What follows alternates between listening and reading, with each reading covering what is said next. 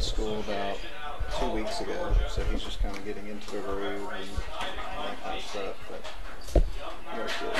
Pretty dogs. Pretty good. Spoiled.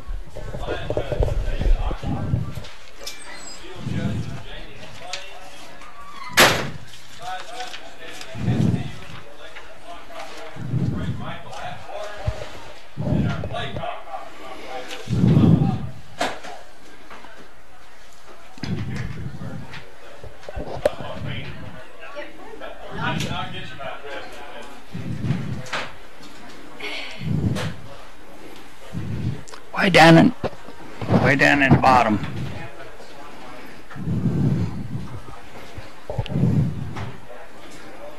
Okay. Right now, it's going to run about 3 minutes of breaks, and it's going to go to us. You'll hear the intro that we had done. Mm-hmm. You'll hear the intro. And then I'll adjust.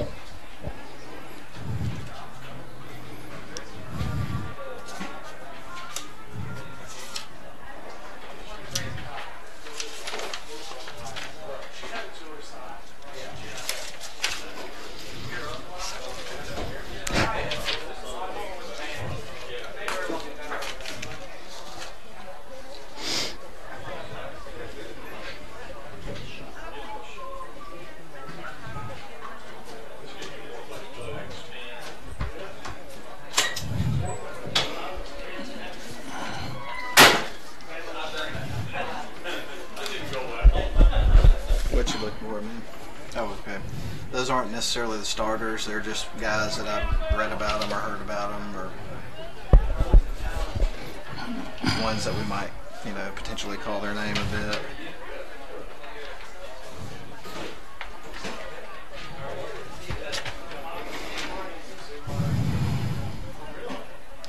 Brevin Knight's, yeah, he's going to be your quarterback.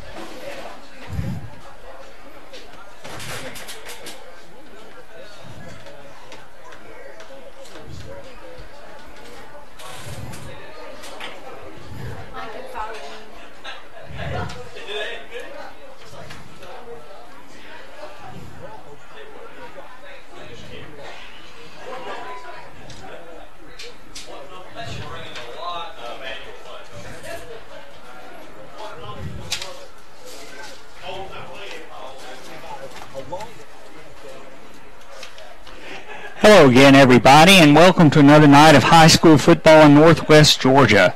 Tonight's broadcast is being brought to you live by the leader in sports in the Rome and Coosa Valley areas and via the World Wide Web all the way around the world. where a monk in Tibet is listening to the Darlington game tonight over the internet and the live stream.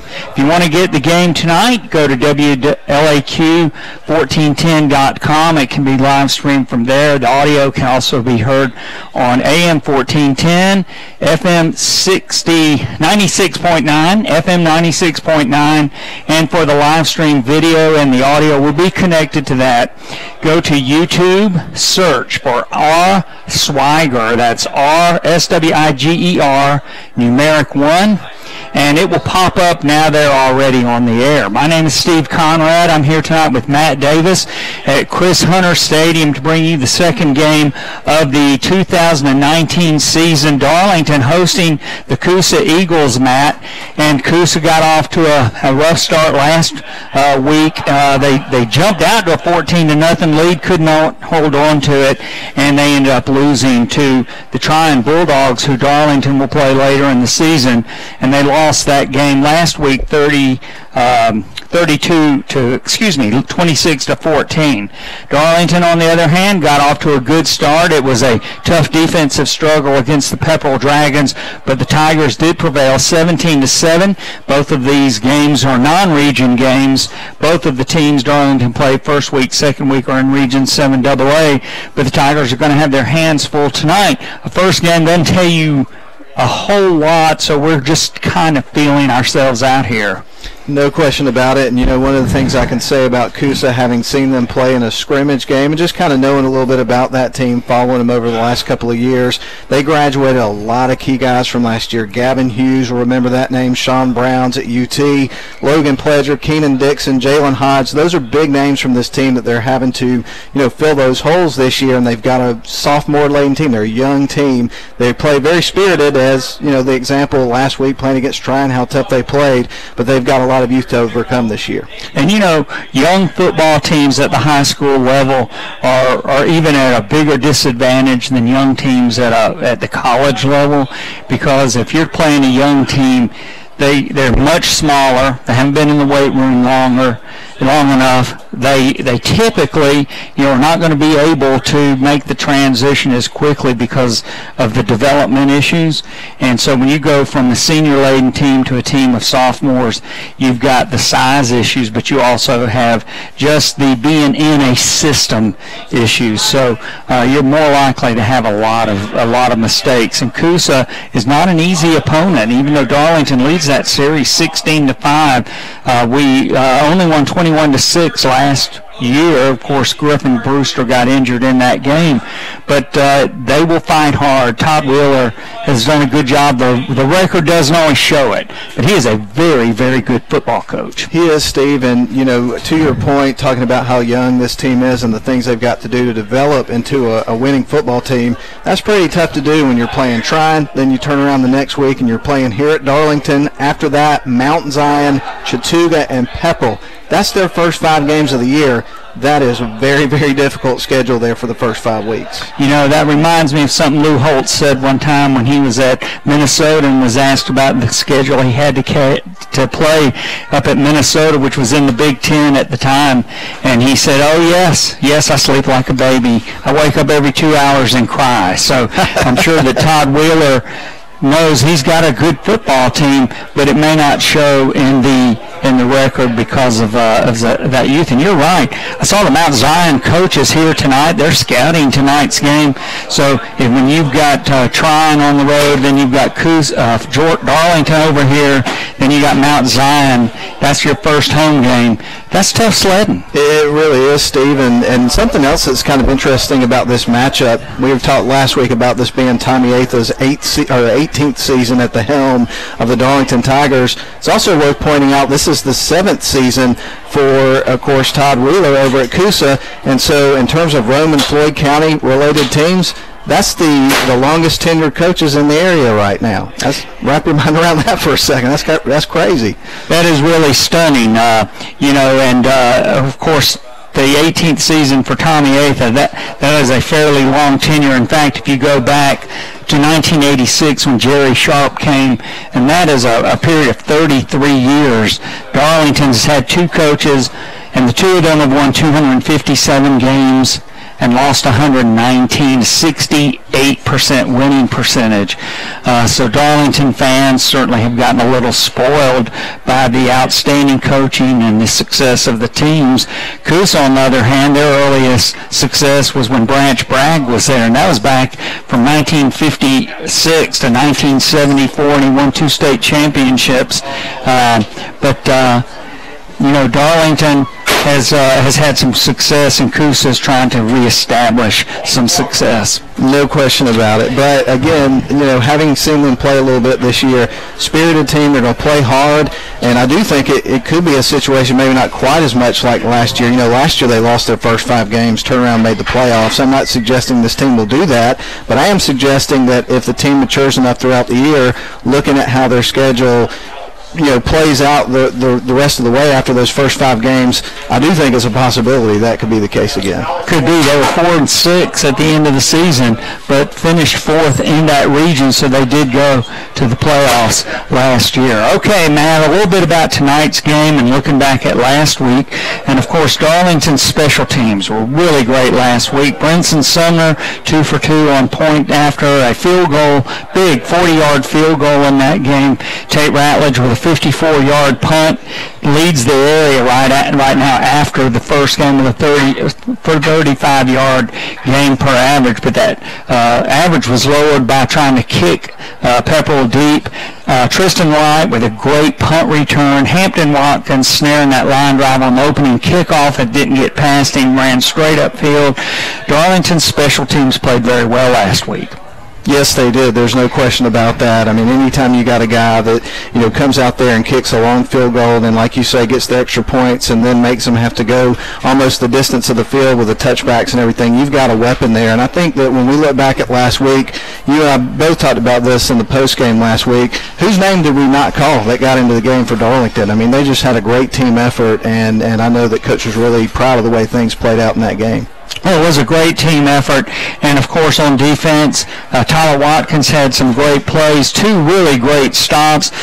Frank Manning with that great interception that turned the game right there in the 4th quarter, and Darlington was able to run the clock out almost. Pepperell did get the ball right at the end of the quarter, but that big play by Frank. Then you had Luke Lewis, Tate Ratledge, and Cade Brock across the line. The linebackers played well, so on the defensive side of the ball, you only give up 7 points, and that was really all in one real big play by Pepperell. Darlington kept them in check. Here comes the captains out on the field, Steve, and so we're going to have the toss in just a couple of moments, and believe it or not, week 2 is going to be kicking off here in about 3.5 minutes. It seems like it was yesterday we were out here kicking off the season. It got back around pretty quick, didn't it? Yeah, and we'll talk about offense real quickly and go back for about a 1-minute break before the game, Matt. But offensively, of course, Colin Rogers leading Darlington last week in rushing, and Colin with 118 yards rushing. And then you also had Joe Marion, and he had 4 rushes, 13 yards, but played a big part in that ball control offense last week. And, of course, Griffin Brewster, our Honeymoon Bakery icing on the cake player of the game, had a good night throwing the ball, looked very, very sound and very comfortable after that injury last year, and we certainly expect more things out of Griffin. No question about it, and one of the things that people didn't realize necessarily before the game last week, he was a game-time decision. He was having some issues that he was dealing with, and they decided that he would be able to play, and so I think they were kind of limiting him a little bit just to make sure that he indeed was 100% and didn't want to try to get him to do too much given the nature of what he's been going through, and so we may see more from him tonight. All right, ladies and gentlemen, glad to have you with us tonight on the Darlington Football Network. We're also going to about a 1-minute break. The captains are out on the field, so we are less than 2 minutes from kickoff. So get those chin straps buckled. Do not go away. We have high school football coming up in about 2 minutes.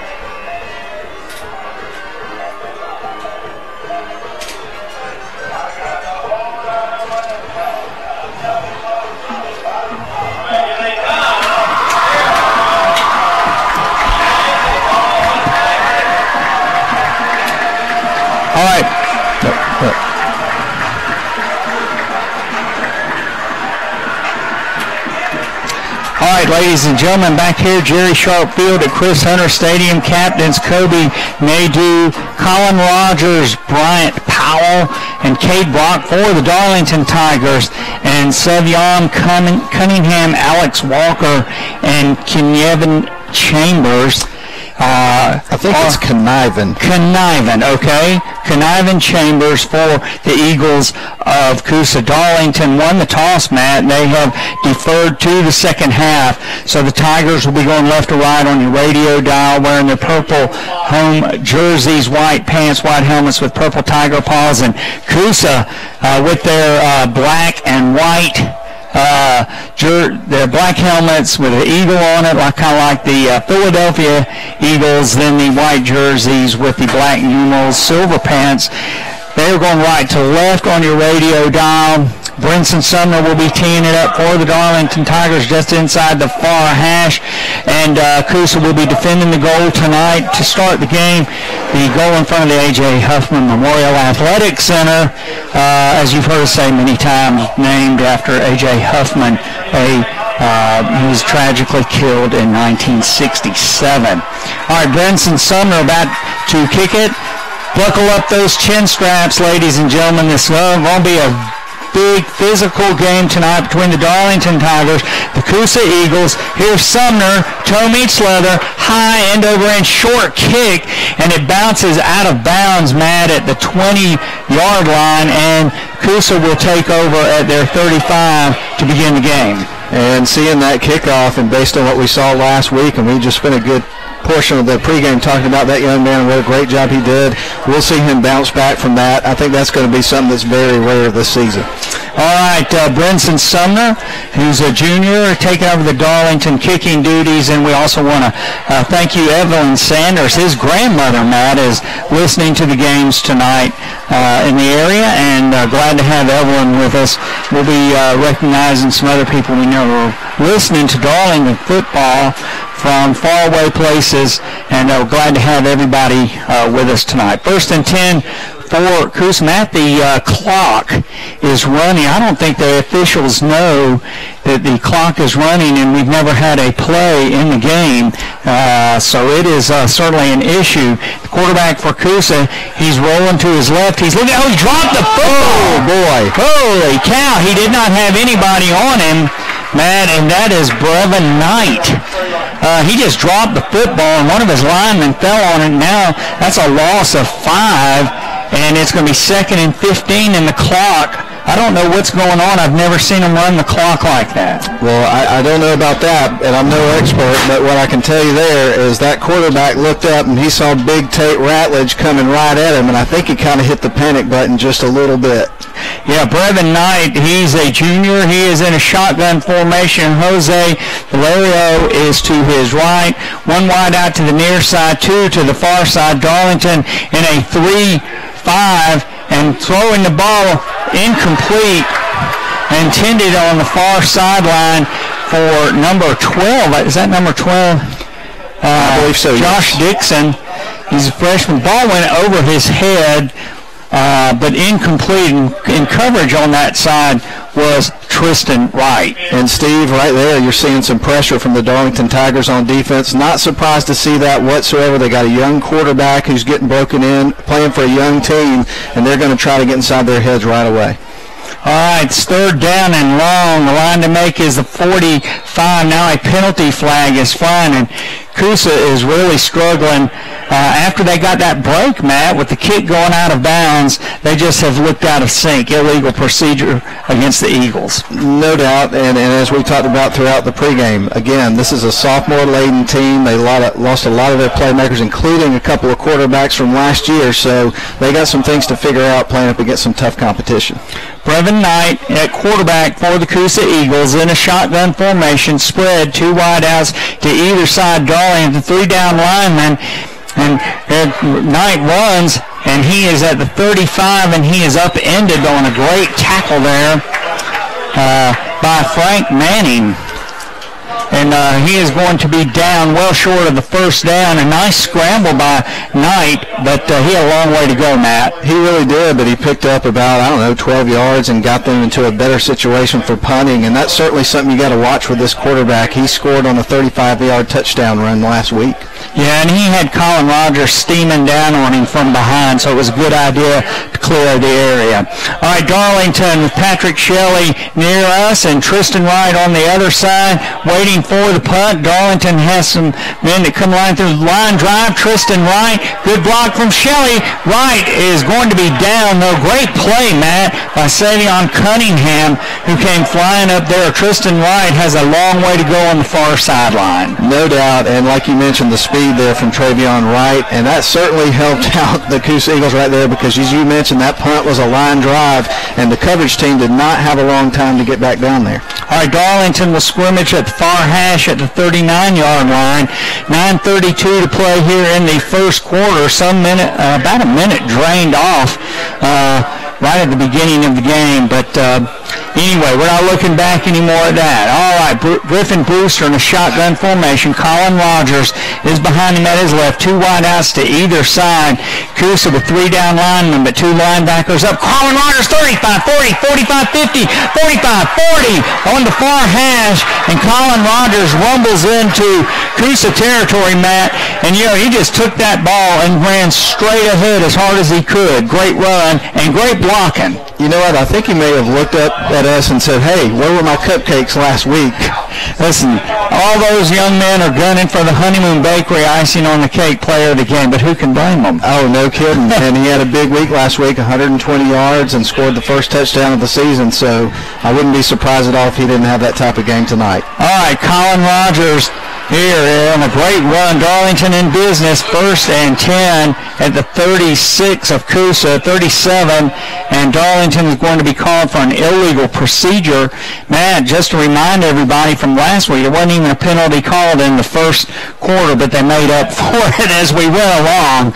And I know Tommy Atha is not happy about this, nor is Brent Bell, the offensive coordinator. You get a little momentum, and then you get put back 5 yards. All right, 1st and 15 at the 41-yard line. Coosa bringing up extra people, three down linemen. Griffin Brewster out here complete to Hampton Watkins, 40 down inside the 40. Great tackle over here, Matt, by DJ Haynes, the freshman. Talking about that young team for Coosa, but that's a gain of 3 for the Tigers. 2nd down and 12. Got a few of those yards back, not exactly what they were looking for, and of course we're calling Hampton Watkins' name again. He made a couple of really big defensive plays last week that were significant to the game. All right, it's going to be 2nd down and 12 for the Darlington Tigers. The line to meet is the 26-yard line of Coosa. And if you're just joining us, no score. 8:15 to play in the first quarter. Hand off to Colin Rogers off the line. And he gets inside the 35. And Matt is number 8 for Coosa. And that is Brevin Knight, not Brendan, Brevin Knight. No, that was number 9, and that is Jackson Thomas. He doesn't tackle him. He's still running. Yeah, no kidding. This is where it's really frustrating that you gave up those 5 yards on that first situation after picking up the first down. All right, Darlington now with a 3rd and a 7-yard line, 7 yards to go. Griffin Brewster back to throw, looking downfield. He's got a couple of men that have made breaks. Complete, and that is to Gil Maurer on the far sideline. What a great route by Gil. He ran down the field and then cut backward, coming back toward Griffin, toward the outside, and Griffin hitting first down Tigers. Yeah, no joke. Great route, as you mentioned, and also the throw was right on the money, as you'd expect from a very accurate passer like you get in Griffin Brewster. And again, I think we're going to see a little bit more of his arm in this game than we did last week against Pepple. Man, I think you're right about that, and I know that they want to get the running game going, but this is a good way for Griffin Brewster to shake some of the rust off early in the season. All right, it's going to be 1st and 10 for the Tigers at the 23-yard line of the Eagles on the far hash. Hand off to Colin Rogers. Burst up the middle. Colin Rogers, 10, 5. Oh, the ball's fumbled in the end zone. Oh, my goodness. Let's see. They're fighting for it in the end zone. Colin Rogers got the ball knocked away from him, and he is now signaling that we recovered. Let's see who it is. And Darlington does recover the football. Was it Patrick Shelley? I want to say. Or was it Davis Watson? I am not 100% sure, to be honest with you. All right, and our spotter, Patrick Shelley. All right, our executive producer spotting for us tonight, Patrick Shelley on a fumble recovery in the end zone. And Matt, that was a nice 23-yard run by Colin Rogers, so he gets credited with a carry, and then he fumbled Patrick Shelley for the recovery in the end zone. Brinson Sumner in to kick. Ball's down, up, good, and that is going to make it 7-0 Darlington with 7:14 to play. So we're going to send it back to WLAQ for a 30-second commercial break, and we will come back for Darlington's kick to Coosa. Don't go away.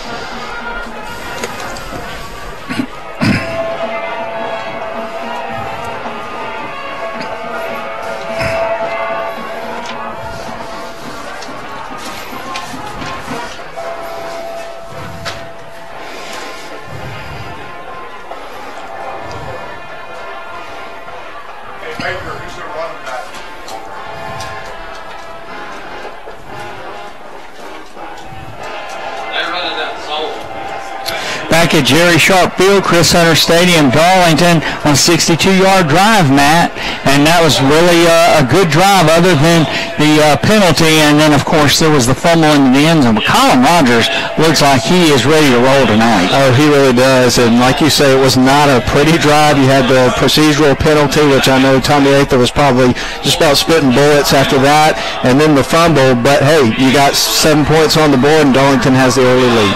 All right, Brinson Summer approaching the ball. Tony Slither, this is going to be a high end-over-end kick. Comes down to a man at the 3. He's running straight upfield, cuts to this side, and some Darlington players seem to get caught up in traffic. But, man, that was pure speed out there by Kobe Nadeau. And we also had number 34 for Darlington, and we're just getting used to some of the players. Hampton Watkins was in on that play too. So Hampton Watkins really asserting himself here as a senior in the second game of his senior season, Matt. Definitely. We've been calling his name a couple of games in a row, and on that play, as you mentioned, Terry Curry with a return. We saw that he's got some pretty fast wheels, but the coverage is just too quick and got him down in a hurry and not a big return. All right, and across the line we've got Davis Watson. We've also got Tyson Doherty, and then we've got Luke Lewis, handoff. And that's number 5. He breaks through the secondary, Matt, and he's going to spin out to about the 35-yard line for Coosa. Great run. Matt, looked kind of like our speed sweep other than it was to the halfback there. And so 1st and 10, Coosa. Very spirited run, and I think that's one of the things that's interesting about watching this Coosa team. They're not hanging their heads. They're playing hard, and, of course, they look like they're very resilient coming out with a big play after giving up a quick score. And my correction, it was not Tyson Doherty. It's DJ Johnson, the sophomore, playing over in the middle guard spot right now, Matt. So Darlington has 3 young linemen. As always, the linebackers move around for the Tigers. Now there's a timeout being called on the field. I think there's an equipment issue with one of the linemen for Coosa. Yeah, we'll get a check on that here in just a couple of moments. But all in all, Darlington Tigers up 7-0. Under 7 minutes already to play left here in the first quarter. And I do want to remind everybody after the game tonight to make sure to listen to the Rome Orthopedic Center High School Football Scoreboard Show. That's always a lot of fun. And those guys were definitely enjoying themselves last weekend on the program. They were. Somebody left their teeth in a cup. But, we're not going to talk about that. All right, quarterback, he's looking downfield. He's throwing over the middle, complete to a man right behind Dawson Williams, and he's got a big gain for Coosa, and that is Terry Curry, Matt, and he just ran a nice little crossing route, settled in behind the linebackers, and Knight hit him right in the numbers. He did. Brevin Knight showing his arm, and then Terry Curry, as you mentioned, made a nice grab and then got some yards right there on that particular play. That young man's going to make some big plays for Coosa this year throughout the year. All right, Coosa moving the ball at the 32-yard line of the Darlington Tigers. 6:32 to play in the first quarter. Tigers up 7-0 if you're just joining us. And the quarterback hands it to, the ball's been knocked out of his hands, and he handed it to the halfback. And there's Patrick Shelley. Let's see, was that Patrick Shelley? I believe it was. Certainly was. His second fumble recovery of the night. Patrick Shelley recovering the ball in the end zone for the Tigers for a touchdown, and now he got the ball. That ball was knocked loose from the Coosa halfback at the 25-yard line. The 30-yard line of the Darlington Tigers. And talking about guys in the first couple of games with major contributions, Patrick Shelley had a touchdown pass on a trick play in the first game. Now he's got 2 fumble recoveries already in this game. That young man is developing into quite a player. Man, he looked like he was looking up here in the press box saying, now what about that for the Honeymoon Bakery? But Patrick Shelley really playing well tonight. 2 fumble recoveries, 1 for a touchdown for the Tigers. All right, Griffin Brewster, he's under center. 2 wideouts to the far side, 1 to the near side. Colin Rogers is a single setback. Coosa's middle linebacker, he comes right up the middle. Griffin Brewster fakes it to Colin Rogers. He's stolen the ball upfield. Tracy Ryan, 38, 30, 25, 20, 15, 10, and tackled finally. And that was a great play by number 26 of Coosa, Ivan Chambers to run him down. But Tristan Wright on a great post pattern by Griffin Brewster just put it right there, Matt. He really did, and we talked earlier about how we felt like the game would be when we see a lot more of Griffin Brewster's arm, and we certainly have, and these fans are loving it. 6 minutes to play in the first quarter. Tigers up 7-0.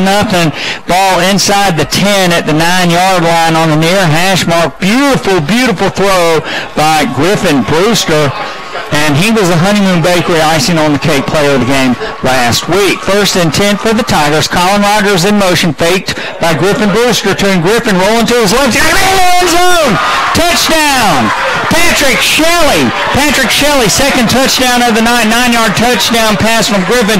And Matt, Griffin was drifting to his left and had to stop and throw backwards. That's a hard pass for a right-handed quarterback to make. It really is, and now we're getting for the extra point, and Patrick Shelley already with several really big plays in this football game, and this is fun to watch, Steve. It really is, and it's a dimension of the game Darlington needs to open up the running game. It's really great. Frank Manning to hold, and here's the snap to Frank. Down.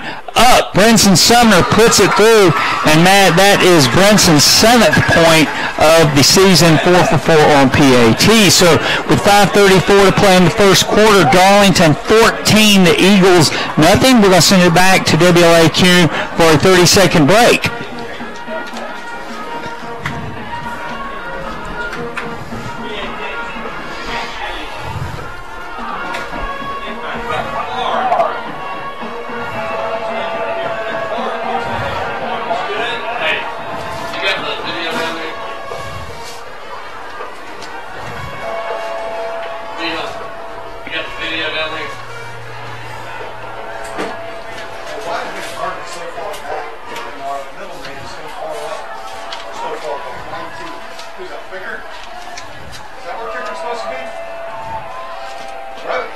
Back at Chris Hunter Stadium, Brinson Sumner getting ready to kick off to Coosa. Matt, we also want to recognize Mike and Filene Lawrence, mother and father of Landon Lawrence up at Furman. Now, great Darlington player, but they're watching tonight as they're up there for his game, which should be coming up tomorrow. So, short kick comes down at the 15, and the ball kicker goes up the far sideline, and he is going to be at midfield, Matt, no flags down, and he just took that ball and ran straight upfield and then cut to the outside. And Coosa is in business inside Darlington territory. I think that was Cameron Lowe with the return on that football right there, and the Coosa Eagles down 14-0, but they keep on coming, and they've had some positive things happen in this game despite being down by 2 scores. All right, and Darlington going to be on defense in their own territory at the 47-yard line on the far hash. And also, Matt, Fred and Kay Swiger. That's Rick Swiger's parents. Rick is the father of Carson Swiger, number 7, who's a senior, and Carl Swiger, who did play for the Tigers. Kaylee Swiger, who was a cheerleader before that. But Fred and Kay live up in Fort Mill, South Carolina, and they listen every week, and we're glad to have y'all with us tonight. All right, here's actually a lateral, and Colin Rogers takes number 5, smacks him hard. That's Terry Curry.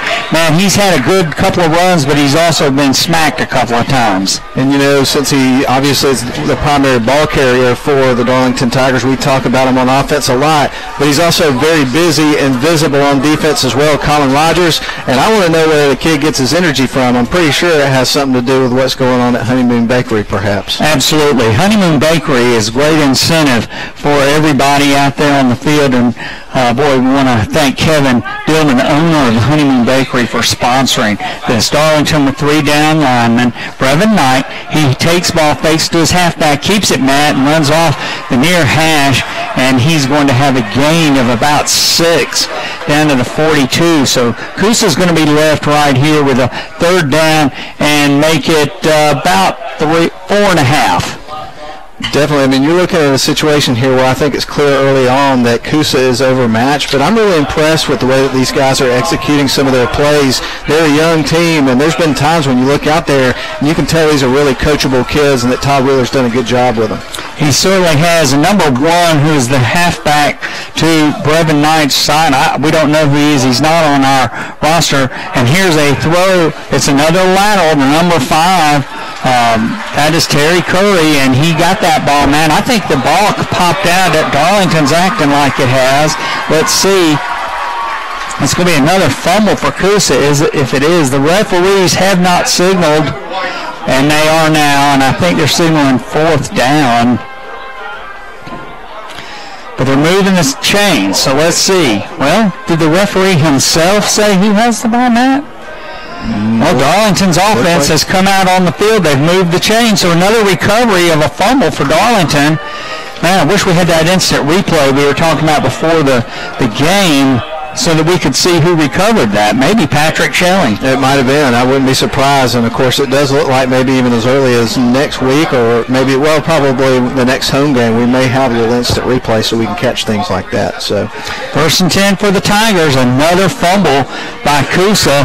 This one ends another drive in Darlington territory. Griffin Brewster in a shotgun, 3 wide outs to this side. High snap. Griffin picks up the ball. He's looking downfield. In and out of the hands of Gil Maurer. And Griffin made a great recovery that time, Matt. Yes, he did. And, the recovery from, of course, the drop snap and then came up and made a really nice throw. Unfortunately, Gil Maurer, he didn't handle the pass, and it was one of those situations where he kind of patted himself, hey, man, that's on me. All right, Darlington has a lineman down. It's not Tate Ratledge. It is not Davis Watson, so we're going to have to wait and see, but man, it was a great play and presence of mind. Sometimes quarterbacks, that happens, they panic.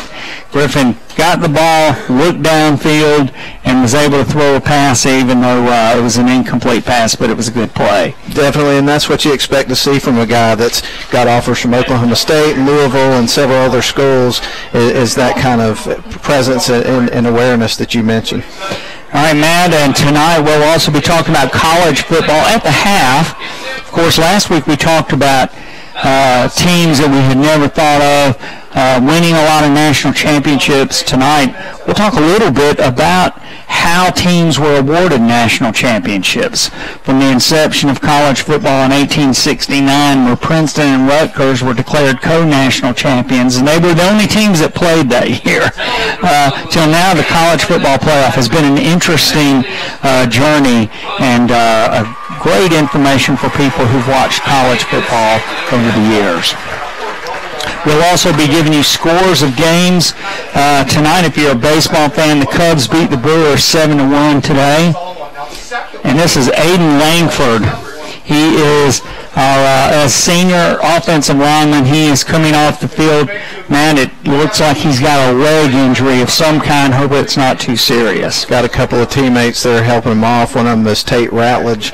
And then on the other side, he's got Tyson Daughtery out there with him, and teammates, of course, helping out their buddy and teammate to get off the field. And it definitely looks like this might be a situation where we probably won't see him again tonight, the way he's coming off the field. And the one thing you always want to see is people staying healthy. Both teams. It just doesn't matter. It's great to have everybody out on the field. 2nd and 10 for the Darlington Tigers at their own 41-yard line. Darlington up 7-0 if you just, 14-0 if you're just joining us.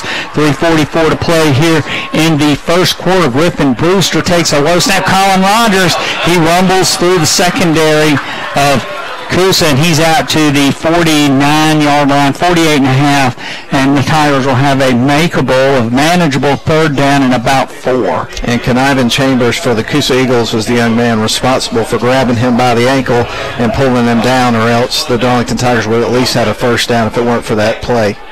All right, 3rd down and about 4, and if you're interested in scores of college football tonight, we'll be giving you those. Michigan State over Tulsa, 7-0 early in the second quarter.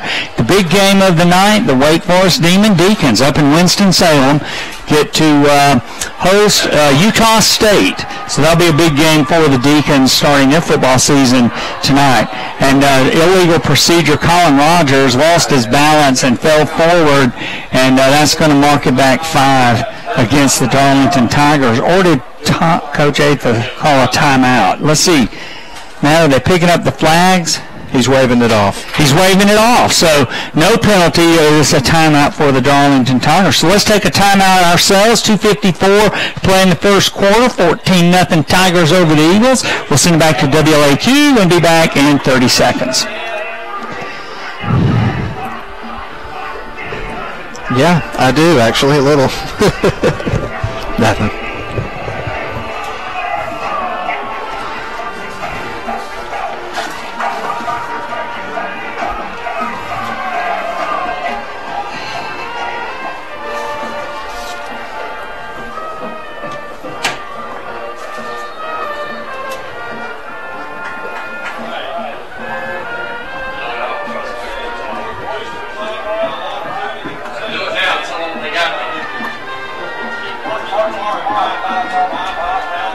Welcome back to Chris Hunter Stadium.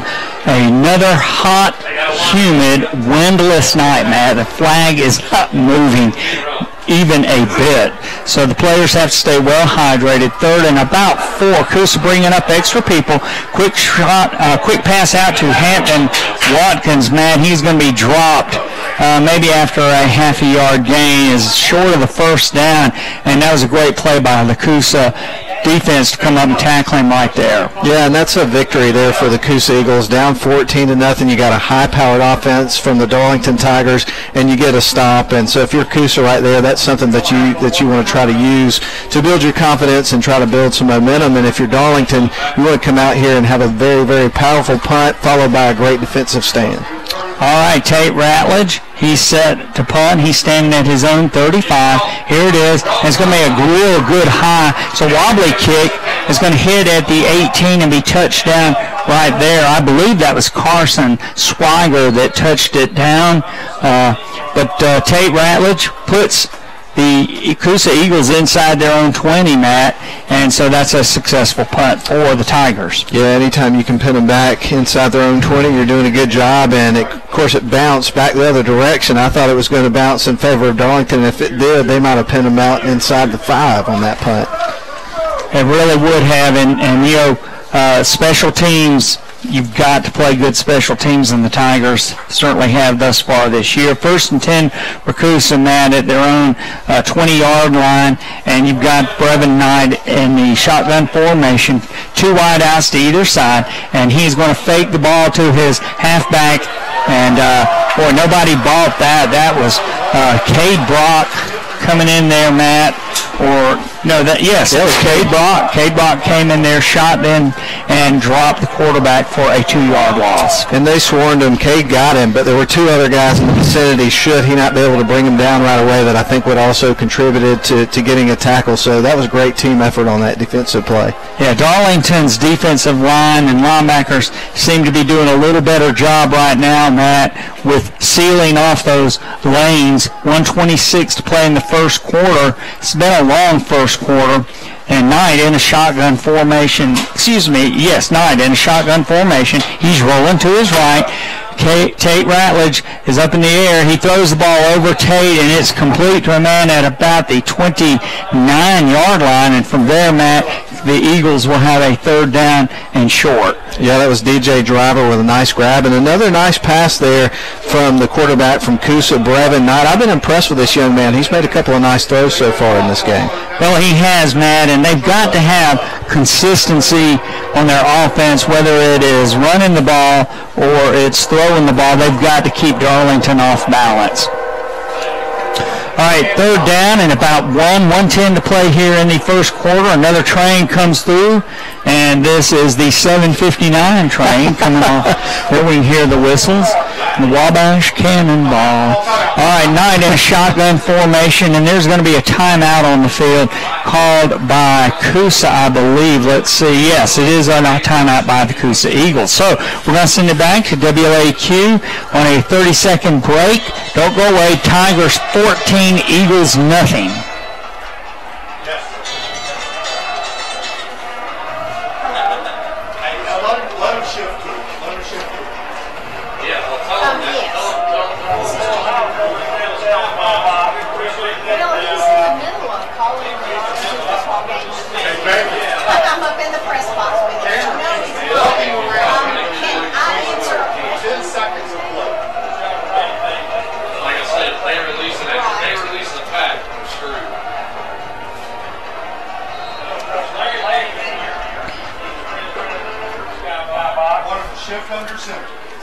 And we're back at Chris Hunter Stadium, 1:10 to play in the quarter.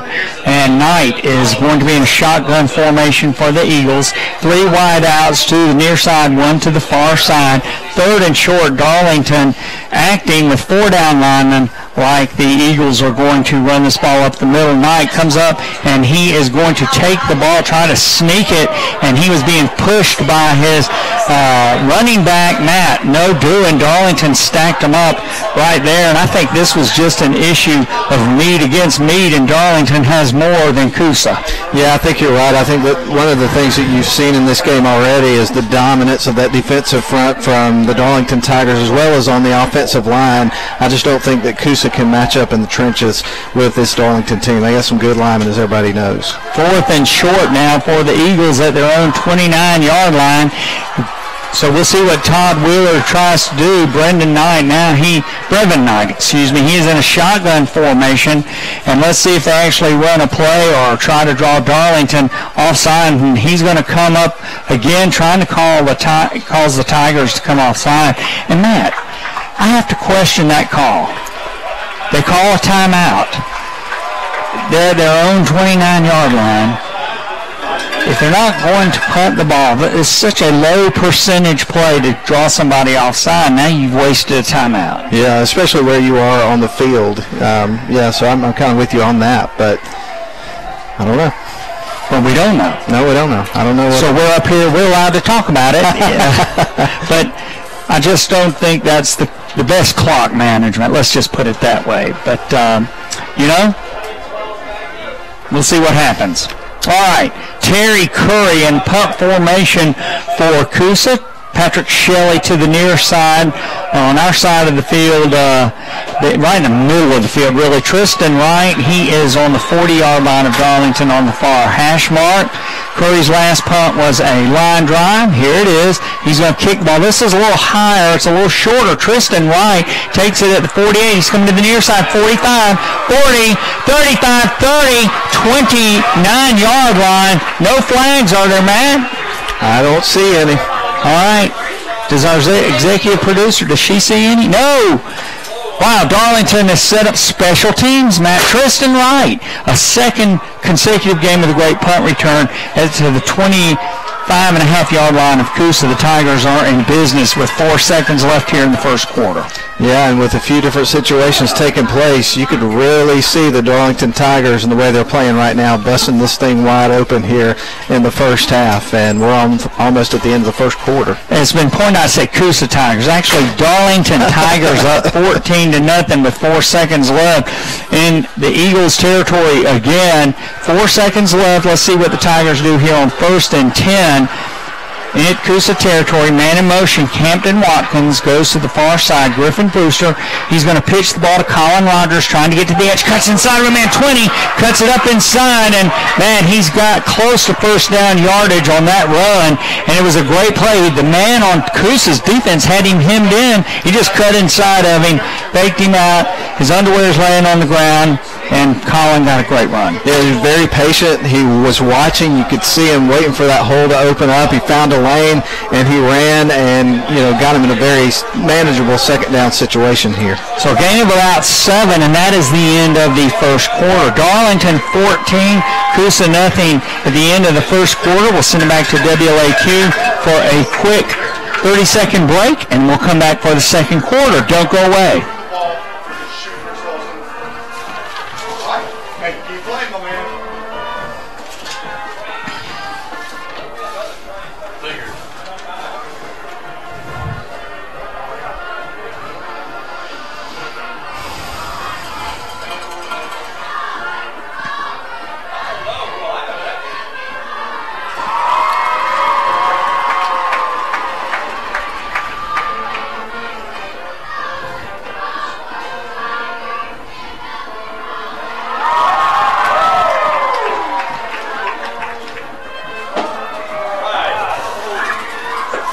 Back at Chris Hunter Stadium, Tigers and Eagles moving down the field. Matt Colin Rogers unofficially 72 yards for tonight thus far, and he is really running with authority. First quarter, Darlington 5 rushes and 6 passes. Griffin Brewster 5 for 6, 3 first down. Coosa, of course, they have 7 rushes, 5 passes, 4 for 5. Both teams lost fumbles. Coosa has lost 3 fumbles. Darlington had a fumble but did not lose. I'll take that. Correction, Darlington fumbled in the end zone, and then Patrick Shelley recovered it for a touchdown. So Shelley with both touchdowns tonight, one on a fumble recovery and one on a pass from Griffin Brewster. Tigers moving people around. Second down at about 3 yards to go. Griffin Brewster has pressure on him, spun out of it, throws complete. And that is Tristan Wright on his toes, Matt, on the 10-yard line on the near side. That was a great play by Griffin, too. Had a man coming after him. He just spun away from him, kept his cool. First down, Tigers. Yeah, it was an unbelievable play, like you say. And, of course, empty backfield there for the Darlington Tigers. The offense looks a lot different this week than it looked last week against Pepple. And that is one thing the Tigers need to do is that last year, every game was close. Last week was close. But, if the Tigers can get some space and get some of these younger guys in with some game experience, it'll help. This will be a big play. This could put a good series here could put Darlington up 21-0. Gil Maurer in motion, pitch to Colin Rogers. He sees the sticks, Matt. He can sniff it. Touchdown. There's a flag down. Boy, Colin Rogers, talk about sniffing the end zone, Matt. He could. You just saw him holding against the Tigers. That'll negate a touchdown run by Colin Rogers.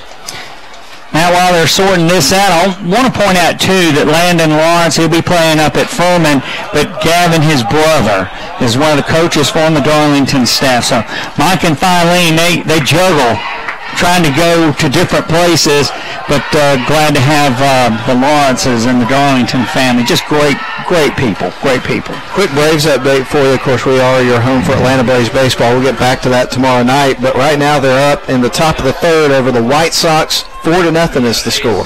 Braves trying to clinch the Eastern Division, and they're moving ahead. Griffin Brewster, first and goal at the 11, and I believe that somebody on Coosa dove into the neutral zone, Matt. He was holding his head. He was holding his head down. I believe this will be encroachment. It is going to be encroachment.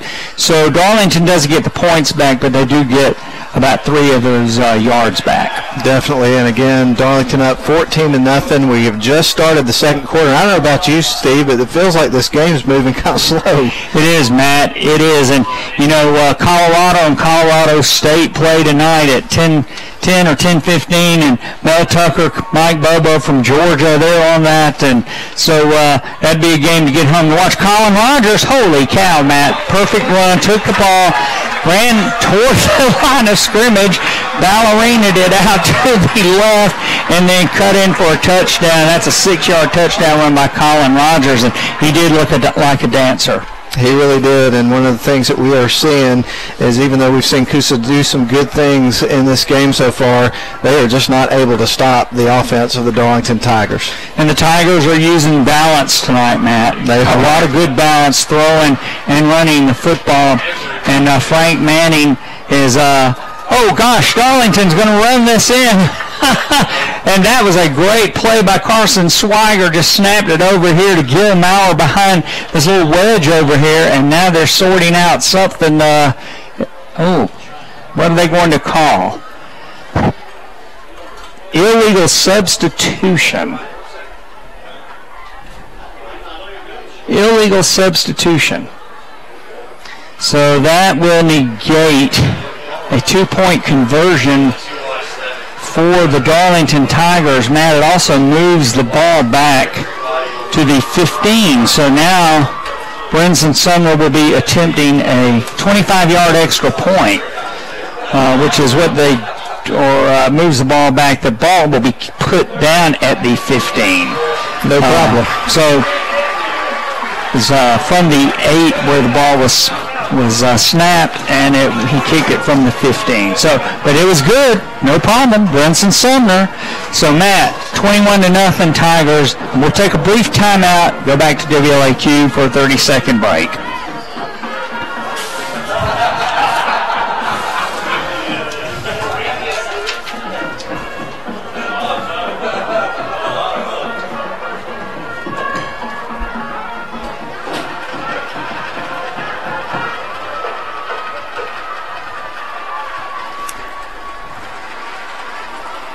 That's awesome.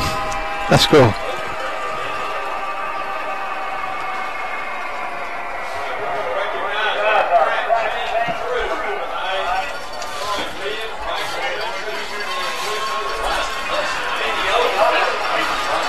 right, back at Chris Hunter Stadium, Matt, we also want to welcome from Lake Altoona the Board of Trustees of the Darlington School, Bob Hortman, also a graduate of Darlington, but he is listening to the game and live streaming it from over there. So we want to thank Bob for all he does for the Darlington School. Toe meets leather, high end-over-end kick is going to come down at the 1. Man's running sideways. Now he cuts it upfield, and he has run sideways a long way, Matt, and that is exactly what you teach your return man not to do, because he took the ball at the 1 and ran probably about 80 yards to get to the 15. Yeah, and he kind of caught it from behind a little bit as he was getting it at the 1. That was a dangerous situation. What was going through my mind at that situation was, wouldn't you be better off just to let it go in the end zone and then have him bring it out? Because that was a dangerous play. But nonetheless, they dodged disaster, but they don't have good field position. They do not. And, now that the college rule is that you can actually fair catch it inside the 25, and you just wonder sometimes why a person catches it at the 2, runs out to the 16, for example. Yeah. And they cost their team an entire first down. Okay, 1st and 10 for Coosa at the 15. Brevin Knight, he's drifting to his left, pitches it to a man trailing, no doing for anything really. Matt, that play just took so long for Coosa. Yeah, and again, we've talked about how young this team is for Coosa, and we're certainly seeing some situations where decisions are being made and plays are being executed as such, and that'll be things they work on throughout the season. So, loss of 2 for the Eagles. It just took a long time to develop, and if you're going to run that ball to the short side, it's not necessarily bad if it takes a long time to develop, but you've got to get a seam and somebody has to shoot through it. And that's not what they did. No. All right, Knight. He is in a shotgun formation, one wide out to the far side, three to the near side, and he hands it off to his halfback, and he is stacked up at the 15. That looked like a miniature rugby scrum over there right then. But the Tigers stopped the running back. He might have gained 2, 3. He'll get out to the 16. Third down and long for the Eagles, who trail 21-0 here in the second quarter, early in the second quarter.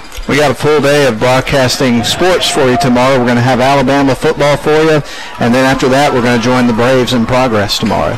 Yeah, first full weekend of college football. If you're a college football fan, not looking downfield, he's going to be sacked. Tate Ratledge grabs him, throws him down for a loss, and that will be 4th and long now for Coosa.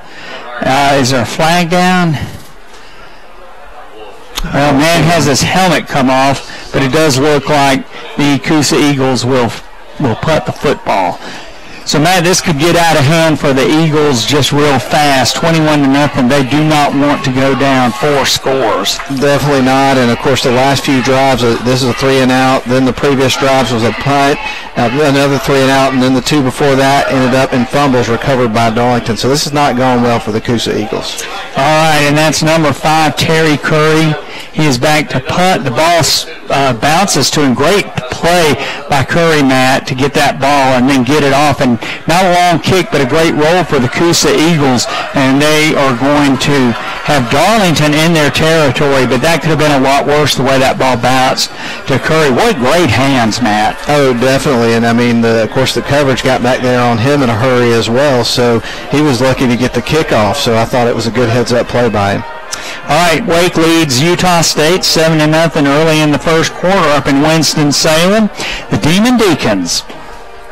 Interesting nickname for any athletic team, but originated in 1922 when a Raleigh newspaper writer talked about the Wake Forest basketball team. They were playing like a bunch of demons, and the name stuck, Demon Deacons. Every time I hear the name of the Demon Deacons, all I can think about is Steely Dan and Deacon Blues. All right. Wake Forest up 7-0, and now there's a timeout on the field, and it is Darlington calling timeout. 9:12 to play here in the second quarter. We're going to send it back to WLAQ for a quick 30-second break, and we'll be right back. Okay, y'all got to get lined up, and that's all on you. You get on their butts, play after play, get to the next play so I can call something from football. I can't do it with y'all walking around. Come on now.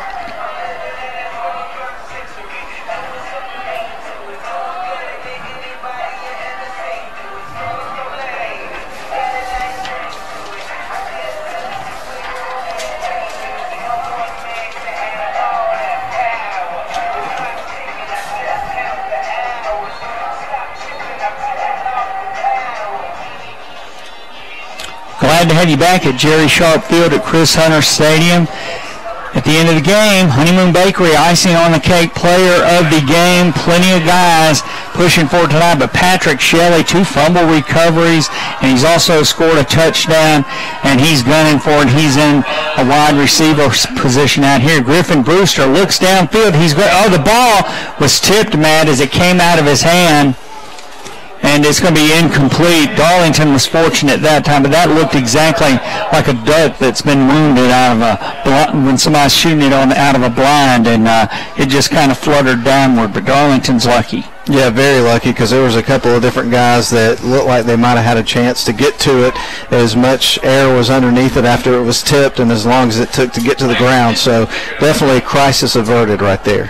All right, more college football. Michigan State 15 over Tulsa 0. Second quarter in Wisconsin 7-0 over Southern Florida. Hand off to Colin Rogers. Bounces off his lineman. Colin Rogers spinning into the middle of the field, and he's going to have a first down, Matt, inside the 35-yard line of Coosa down to the 32. Colin Rogers running with such authority tonight. He really is, and how do you recover from a busted-up play? Well, you give it to at Colin Rogers and let him get those yards back and get a first down. I guess that's what you do when you can. Just drew it up that way. Yeah. Just drew it up that way. And also, hello to Crawford Brock. He listens down in Dallas, Texas, Darlington alum, and we want to welcome him tonight and thank him for watching on the Darlington YouTube broadcast by Rick Swiger. Griffin Brewster, quick pitch to Colin Rogers, steps inside of a man, but that was a good tackle by number 7 of Coosa, Savion Cunningham. But Matt, he's celebrating such. I think Colin's going to keep that in mind. I think so, but I mean, the way that we've seen Colin run and how hard he is to pull down, if I was that young man, I'm pretty sure I'd probably get up and celebrate like that as well. Reminds me of the story of the defensive lineman who scored a touchdown, and the coach said, "Son, haven't I told you not to celebrate? Act like you've been there before." And he said, "But Coach, I've never been there before." Griffin Brewster throwing down the near hash and incomplete over the head of Patrick Shelley. And it's going to be third and 10 for Darlington. Overshot his receiver just a little bit. Patrick didn't have an opportunity to catch up with that one, but nonetheless, they'll go back to the drawing board. All right, and now I think it's 2nd and 10. No, it's 3rd and 10. Okay, 3rd down and 10. I'm being reminded by everyone in the press box, so lost count of that. All right, Griffin Brewster, he's in a shotgun formation. Colin Rogers to his left. Gets a snap, looks downfield, and it's a bubble screen to Patrick Shelley. Patrick Shelley squirts through some tacklers. He's still on his feet. He's inside the 15, Matt. And that was all Patrick Shelley once he caught that ball, and he squirted between some defenders, and he's down inside the 15-yard line, and the Tigers will have first down. And Patrick Shelley, he's sniffing those cupcakes. He is, and one of the things that was impressive about the yards after contact you got from Patrick Shelley there, Steve, was Alex Walker, one of the linemen for the Coosa Eagles, had a hold of him and couldn't bring him down for about 3 or 4 yards. 1st and 10 for the Tigers. Brewster in a shotgun, up 21-0 already. Brewster throwing the man over his intended receiver, Shelley, running down the far side into the end zone, Matt, and it'll be 2nd and 10 for the Tigers. Yeah, it kind of looked like that one sailed on Griffin just a little bit. Intended receiver, Patrick Shelley, and we'll see what they do here on 2nd down. I wouldn't be surprised to see another run here from Mr. Rogers. Yeah, it was a great pattern too, man. I think he was in the slot. It looked like he just ran underneath and then went down the sideline, and he was open. Griffin just couldn't get the ball to him. All right, Shelley out, Brewster in a shotgun, pistol formation. Rogers takes the handoff, dances through the line, Matt. He has cupcakes on his mind. Touchdown, Colin Rogers. And, Matt, he had a gigantic hole off that right side. But, boy, when he sniffs the touchdown, he sniffs the goal line, he can really go. And another touchdown for Colin Rogers. And Tigers have broken this open with 7.5 minutes to play here in the first half. And, again, it was one of those situations where you saw him kind of delay his run, waiting to figure out which lane he wanted to take. And the vision that Colin Rogers has is another one of his great assets as a good football player. All right, and let's see. This is not Brinson Sumner who is kicking this extra point. This is Quentin Clark. Ball is up and through, and Quentin Clark, he has a point after 4 tonight. So Darlington goes up 28-0, Matt, and just your thoughts thus far. Well, I think it's been impressive. I mean, I guess if you were to try to find some things that you need to work on, obviously the penalties have been, a little bit concerning, I guess, for the coaching staff, some procedural penalties and a couple of things here and there, but overall the Darlington Tigers have played well. And one of the things we talked about, comparing this game to the last game, obviously it's a different team that Darlington's going up against, but you saw, a grinding sort of offense in the second half last week, and now they're wide open. The playbook, they're running a lot of different things, a lot of different formations. And so this is a type of team that I think we're going to see win games in a lot of different fashions throughout the year, depending on who we're seeing them play. Yeah, and you've just got to in live game action, you've got to run different plays. You may only run them once or twice over the course of the season, but there's a good point at which you've got to try to run certain plays and know that you can actually execute those plays. Yeah, the variety, I think, has been really interesting to watch here in this particular game. All right, Brinson Sumner has has it teed up, approaches the ball, toe meets leather, high, end-over-end kick, going to come down at the 3. Man runs sideways again. Now he's cutting. Oh, goodness gracious. He was running upfield. Matt, holy cow. He got smashed. His feet came up. You could see the bottoms of his cleats. And that is number, is that 26?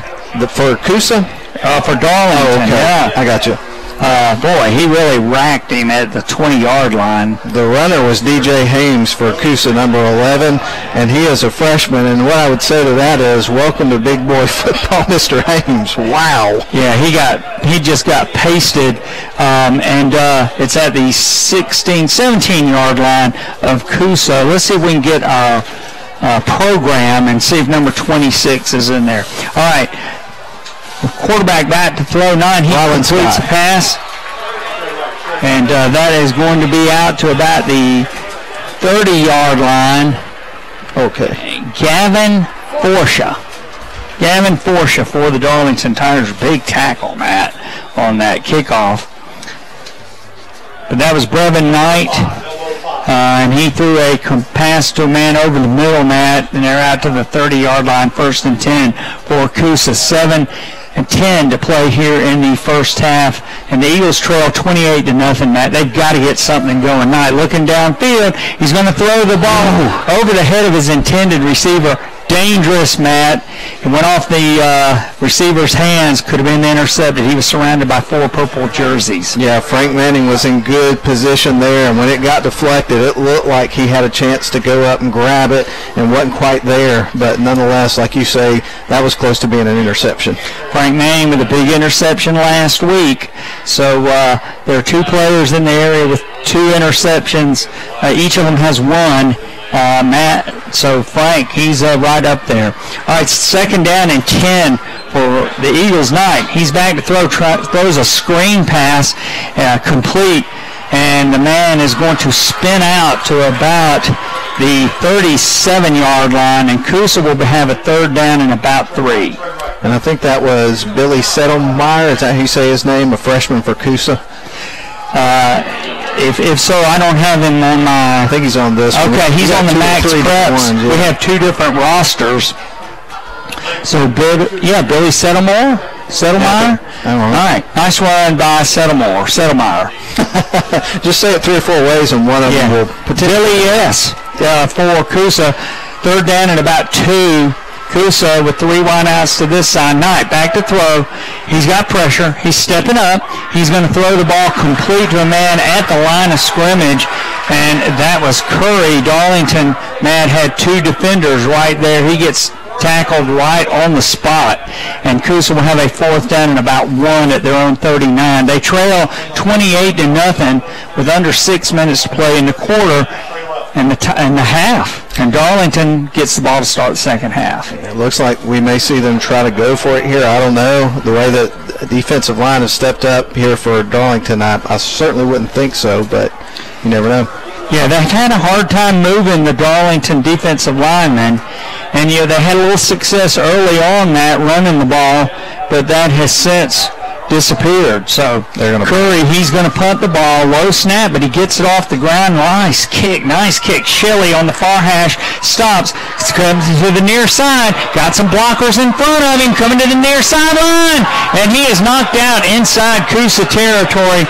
Man, that was a great run by Patrick Shelley. Stepped up, and then came to the near side for a nice return.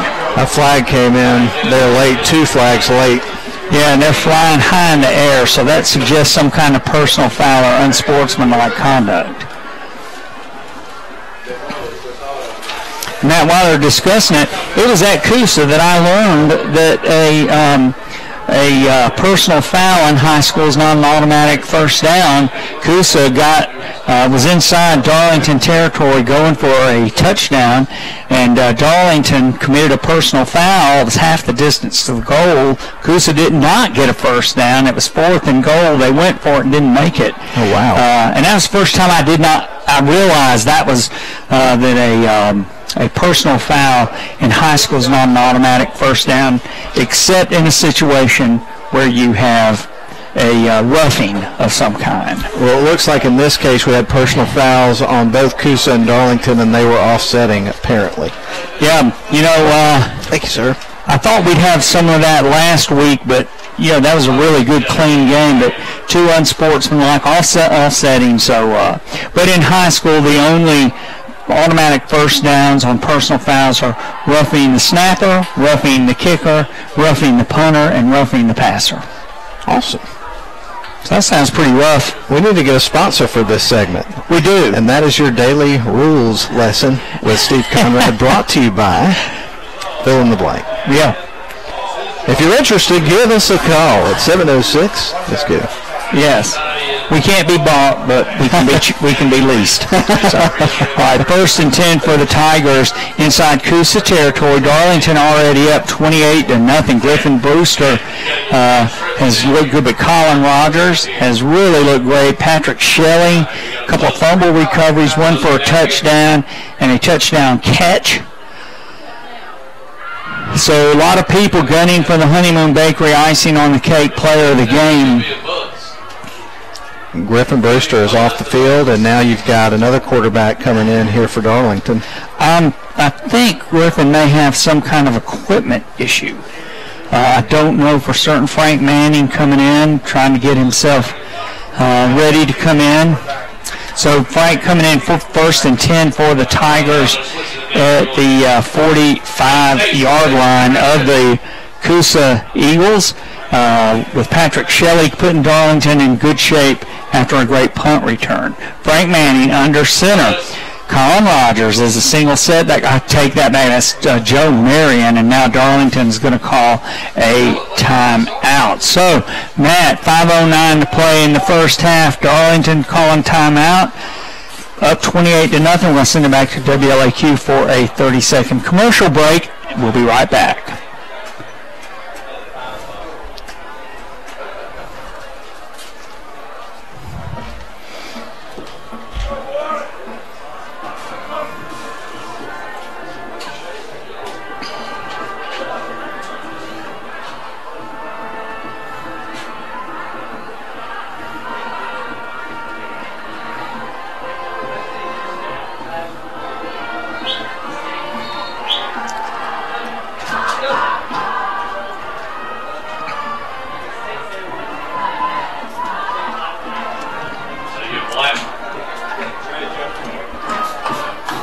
Back at Jerry Sharp Field, Chris Hunter Stadium. Darlington up 28-0. 1st and 10 at the 45 of the Eagles. Frank Manning is in at quarterback. Joe Marion takes the handoff, covers that ball up. Matt runs off the left side. He's going to gain about 2 before he is upended there. Yeah, and that was one of those plays where we saw, of course, Frank Manning try to sell a fake and ran off the other direction, and that works a lot of times, but in that case, it looked like Coosa's defense swallowed it up. Griffin Brewster back in at quarterback for the Tigers. 2nd and 9. Wisconsin up 7-0 over Southern Florida, and Tulsa now trails Michigan State 22-0 in East Lansing. Wake and the Utah State team, they are tied at 7, and I don't know what their nickname is. Griffin Brewster rolling to his right, complete to Gil Maurer. Gil Maurer with first down yardage. The ball gets fumbled and rolls out of bounds. Boy, did you see Griffin Brewster take off downfield, Matt, as soon as he saw that ball come out? And a flag just came out on the far sidelines right at the end of the play. All right, so it's first down for Darlington. Let's see what the flag is about. And if this play stands, Tigers will have the ball at the 19-yard line of the Coosa Eagles. But typically flags that come out then are dead ball. This one it's a dead ball personal foul against Coosa. So, Matt, that will move the ball half the distance to the goal. So it will be just inside the 10-yard line. Well, it's 8:32, and we've still got 4 minutes and 17 seconds before we even get to halftime of this one. This has been a long first half. Matt, it has, and if Darlington puts up a couple more touchdowns, we'll have a running clock in the second half that'll make up for it. Griffin Brewster coming back in, 1st and goal. Ball looks like it's right on the 10, Matt. So the nose of the ball, well, the way they've got the sticks, it looks up Darlington could get a first down just before the end zone. Griffin Brewster brings a man in motion right to left, and now there is a penalty flag down.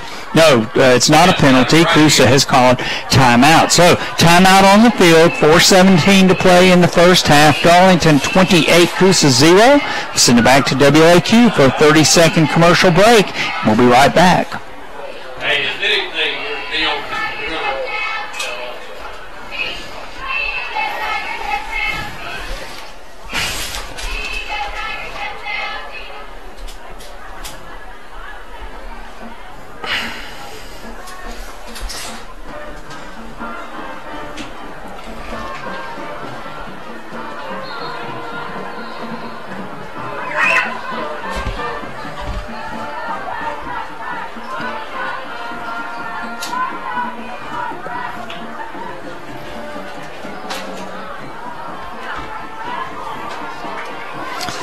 right back at Chris Hunter Stadium, Matt, the friendly confines. That's right. Chris Hunter Stadium, and wish you were out here, but since you can't be here, we're just thankful that you're watching, listening to tonight's broadcast of Darlington football. And next week we will be at Sonoraville over in Gordon County for Darlington at Sonoraville. But let's take first things first here. Tonight, Darlington 1st and 10 at the 10-yard line, and Griffin Brewster throws to Patrick Shelley coming across the middle, incomplete. Good coverage by Coosa. Yeah, that was Savion Cunningham, man. We saw him make a big play a little bit ago in the game, taking down Colin Rogers. This time he breaks up a pass play to Patrick Shelley, and he's got some of the best celebrations we've seen so far this season when he makes a defensive play. Yeah, and high school is interesting. Sometimes they would call that as a penalty, but they're not. All right, Brewster trying to get everybody in position. He's back in a shotgun formation. That's Tyler Watkins, I think, to his left. Handoff to Tyler Watkins, and he steps to the right side, Matt, and cuts through a hole, and he's going to be down inside the 5, and it will be third down for Darlington. And I got a few scores I'll pass to you real quick before we get back going. But Adairsville over Cass 14-7. It's Wesleyan over Chattooga 7-0. Sonoraville, you just mentioned them, they're up over Model 12-7, and Rockmart is ahead of Central Carrollton 10-6. All right, up at Sonoraville next week. Yeah, take on the Phoenix, and they have a pretty good football team. And this is their first regular season game of the year taking place tonight. 3rd and goal. Quick pitch to Colin Rogers. He cuts it up inside, Matt, behind Tate Ratledge. Touchdown. And a Coosa man comes out with the ball, but Darlington scores a touchdown, and the Tigers now extend the lead to 34-0. What did they do? Jackson had the ball running the other way. Did they call it a touchdown? It looked like he broke the plane, Matt, and was standing in the end zone, and then lost the ball. I don't know if somebody just grabbed it or if he dropped it on the ground, but in any event, Darlington now up 34-0. Point after is coming up. And this is going to be Brinson Sumner who will be kicking this extra point. And his grandmama listening to the game tonight. Hands together, I'm sure. There it is. So Miss Sanders, he just put it through.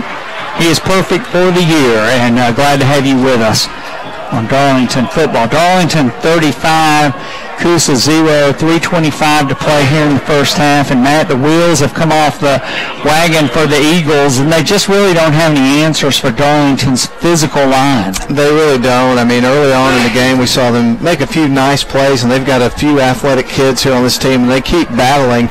But it's just as pure and simple situation as being overmatched with a team that's got a lot more seniors, got a lot more experience, more talented team. And in terms of the trenches, I mean, there's just not much of a battle there. Darlington is just dominating this game in all phases of the game. They are, and for Coosa, it kind of reminds me of, it's been about 13 years ago, Darlington had a great lineman. He ended up playing at Florida State, Ryan McMahon. Dade County came here. They had a new coach that year. Most of the juniors and seniors had quit, so they basically had freshmen and sophomores only playing. and their quarterback spent the entire night running away from Ryan McMahon. Toe beats leather, and it's going to be a high end over end kick. Comes down outside of the 10 numeral over here on the near side, and again the running back, or the man who catches the ball, runs sideways. So Matt, he gained about 4 total yards upfield after he ran about 30 yards. Yeah, that was DJ Hames again, the freshman and kick returner there for the Coosa Eagles. And again, it's just a lot of inexperience and a lot of room to grow here for a team that's out here trying hard and giving a lot of effort tonight. Yeah, and to finish my story, Dade County, Darlington overmatched them. It was just sad. That quarterback, though, never complained, never pointed at his linemen that they weren't doing their job. But 2 years later, when he was a junior and they had some upperclassmen, Dade County had turned into a good football team. And that's what I expect when these young men for Coosa get older. All right, hands-off ball up the middle, and he's going to be knocked down, Matt, at about the 16-yard line, gain of maybe 1. And I think, was that Billy Settlemore? I think it was, yep, Settlemore. Yeah, so, they're playing a lot of young people.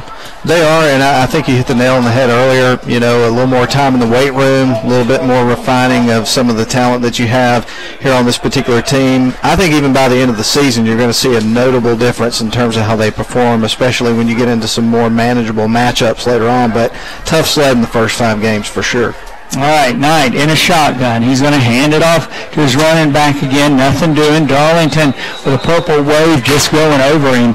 Tigers are flying to the ball. You can always depend on a Kevin Hunt defense to fly to the football. No question about it. And, of course, with Darlington Tigers, one of the things you always talk about at the first of the season is got to keep everybody healthy. So one of the things we're going to see some tonight with a score like this is some of the younger guys some opportunity to get out in the game and to develop those players and get some reps. Yeah, and there's no substitute for game speed. You can't really replicate it in practice. You've got to actually play it in games. Knight gets the ball, looking downfield, throwing to a man, incomplete, actually intercepted. Frank Manning, second interception of the year, making his statement. Yeah. Honeymoon Bakery icing on the cake, player of the game, and he just went in there, grabbed that ball, his second interception of the year, and the Tigers are set up. And, Matt, that just was not a good throw from Brevin Knight. It's not, and anytime you got a situation where you got a guy, and we talked about this last week, one of the things I know Darlington's excited about with Frank Manning, now that he has so much experience as a quarterback, he knows what to look for in the quarterback, and I tell you what, his eyes know exactly where the quarterback is looking and what he's thinking in those situations. So he's a dangerous weapon in the defensive backfield. He sure is. Thomas Speed coming in, Griffin Brewster in. Let's see if the Tigers have too many on. There was one player looked like he was trying to run out, but they don't. So glad to see Thomas Speed in tonight. Griffin Brewster in a shotgun. Joe Marion, setback, takes the ball, kind of dances into the line, and he's just picked up and thrown down, Matt. And interestingly, he was laying on top of the defender, so he really wasn't down, but nobody picked up on that. Yeah, that was kind of looked like a wrestling move there by one of the Coosa defenders. Just kind of picked him up and slammed him down, and like you mentioned, kind of landed on top of him. But nonetheless, it's going to be second down. All right, second down and 10 for the Tigers. Darlington not in a big hurry. They're up 35-0 over Coosa with about a minute to play in the first half. Griffin Brewster, he's in the shotgun pistol formation. Joe Marion takes the ball. He's covering up that ball inside the 25, Matt, down to the 24. Tigers, it says no timeouts left, but our executive producer, Gina, she's been counting, and no timeouts. Yes. Okay, no timeouts. Yeah, and as you mentioned, Darlington taking their time. I mean, this might be a situation where they could score, but nonetheless, I don't think there's any reason to try to run things up, and that's not the kind of situation you're seeing here, just trying to get to the halftime with this big lead. Third down, 7.5. Joe Marion takes that ball, Matt. He got close to the first down marker before he was pushed back, but a nice burst of speed. I think he got it. I think he got that first down right at the 16-yard line. See where they mark it. Great run by Joe Marion. I would imagine a lot of people that are listening know this, but of course the head coaches of this game, Tommy Atha and then Todd Wheeler for Coosa, they go way back to the high school days. I know they played against each other and they've been buddies for a real long time. As a matter of fact, Coach Atha told me we're always just glad when this matchup is over. They're just really good friends. And, that's true of a lot of the coaches in the area. They've known each other a long time, and on the field they are intense competitors. But off the field, they're friends, and that's great. All right, and Darlington lets the clock run out, Matt. So here we are at the end of the first half. Darlington 35, Coosa nothing. At halftime, we'll be talking about the stats of tonight's game, and then we'll be talking college football. Last week we talked a little bit, Matt, about about teams and who had won national championships. We'll talk a little bit about the origin of rankings and national championships. You'll be surprised at teams that are national champions in different ways over the course of the years. So we look forward to having you with us at halftime. Darlington 35, Coosa nothing, and we'll send it back to WLAQ for some commercial breaks. Sorry.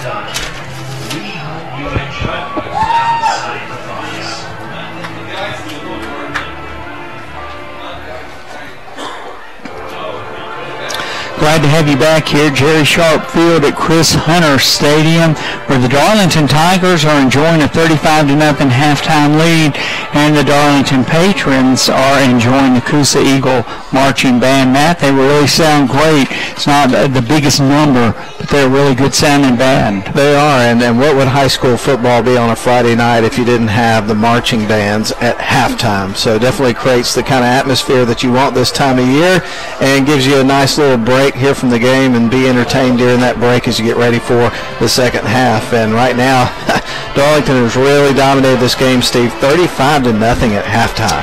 Yeah, and it's been a complete stomp down. It has been. I can't think of another word. Darlington is so physically superior on the lines of scrimmage, and defensive and offensive lines. And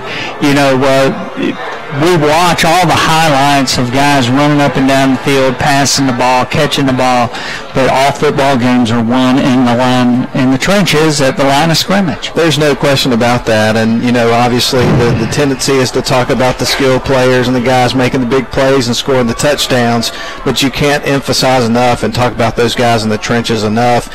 Darlington with 7 first down compared to Coosa that had 22 plays, and they have 12 rushes, 7 for 10 passing for 9. So both teams have a balance close to 50-50, but I know that Tommy Ather would love to see that a little more weighted to rushing. Definitely, and it'll be interesting to see, Steve, what we get in the second half here from the Darlington Tigers with a 35-0 lead and a big team coming up next week. So Norville, their numbers are going to be higher. You're going to have bigger linemen, a little bit more of a test there, I think, than what you're getting this week. It'll be interesting to see how long it takes before he gets some of those starters out of there and they get to rest the rest of the game. And the long first half, but I suspect we'll have a running clock at some point in the second half of tonight's football game, but some of those younger players will get in. All right, let's get to the scoring. Darlington scored first in the first quarter. Shelley on a fumble recovery in the end zone. Colin Rogers ran 23 yards. The ball was bounced out of his arms right before he got to the goal line, and Sumner put up the point. The Tigers were up 7-0, then a 9-yard touchdown pass from Brewster to Shelley. Sumner put up the point, and the Tigers led 14-0 at the end of the first quarter. Then Darlington picked up some more steam, Matt, in the second half, and Coosa didn't help themselves with fumbles and mistakes, but that's what you really do expect from a young team. 6-yard touchdown run by Colin Rogers. Sumner put up the point, and then Colin Rogers again, Matt, when he gets out there and he smells that end zone, he really goes for it, and he's got another touchdown. Clark put up the point. The Tigers were up 28-0, and then a 4-yard touchdown run by Colin Rogers. Sumner put up the point, up 35-0. Penalties, 4 for 35 yards for the Darlington Tigers, and 4 for 35 yards for Coosa. Neither team did anything that we didn't expect, and we did see some of the mistakes from Coosa we would expect from a young team. Definitely, and again, I mean, I agree with you 100%. This game, where it is right now, it is not surprising to me to see the way that Darlington's played in this game, because they've got a lot more experience this year, and we've talked about how they played in the trenches and what we saw with them last week against Pepperell. And again, you have a young team from Coosa that will get better throughout the season. But again, I just keep going back to looking at their first 5 games: Tryon, Darlington, Mount Zion, Chattooga, and Pepperell. That's the toughest stretch they'll have in the season. Then they'll get Armurchie and Dade County. I think when you get to those games, they'll be very competitive against those teams more than likely. Then they'll have Rockmart, followed by Model and Gordon Central. So once you get to the second half of the season, they're going to get into some territory where you're going to see them be a lot more competitive if they can keep guys healthy. Last year they finished 4-6 on the regular season, but were in the playoffs because they finished 4th in that region. They were 3-2 in the region. So, Coosa can do that again. What I'm impressed with is the thing that, you and I have talked about before. When teams get behind, how are those young men going to respond? And Coosa looks like a typical Todd Wheeler team. You may get down but you're going to get back up and you're going to keep at it. Definitely, and I had an opportunity to catch up with Todd a few weeks ago before the season, and he did say, we're a very young team, we got a lot of work to do, but he really made some comments about how coachable the kids are and how hard they've been working, and you could tell that he felt like in a year or two, once they'd been in the weight room more, picked up some strength and kind of sharpened the saw, so to speak, a little bit, that this would be a team that would have potential to win some football games. But it's a process, let's face it, and every team from time to time is going to have a situation where attrition gets them more than others, graduation, things of that nature, and this is a year like that for Coosa. Yeah, and Darlington, you can't give enough credit to Tommy Atha and his staff, because every year they're not getting the most, they're not getting the athletes like you might see at Elka. But they always put together solid teams, and they make sure that guys stay focused, they play hard.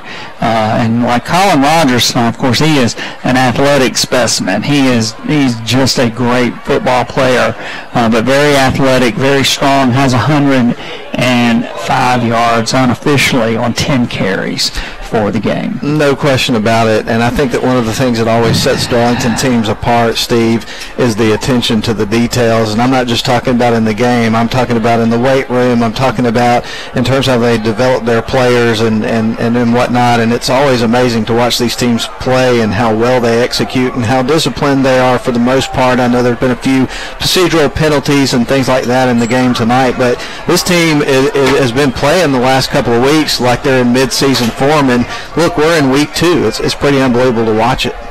Yeah, and welcome Jeremy Stewart, just came up into the press box here, makes a great reporter for the Rome News Tribune. So, Matt,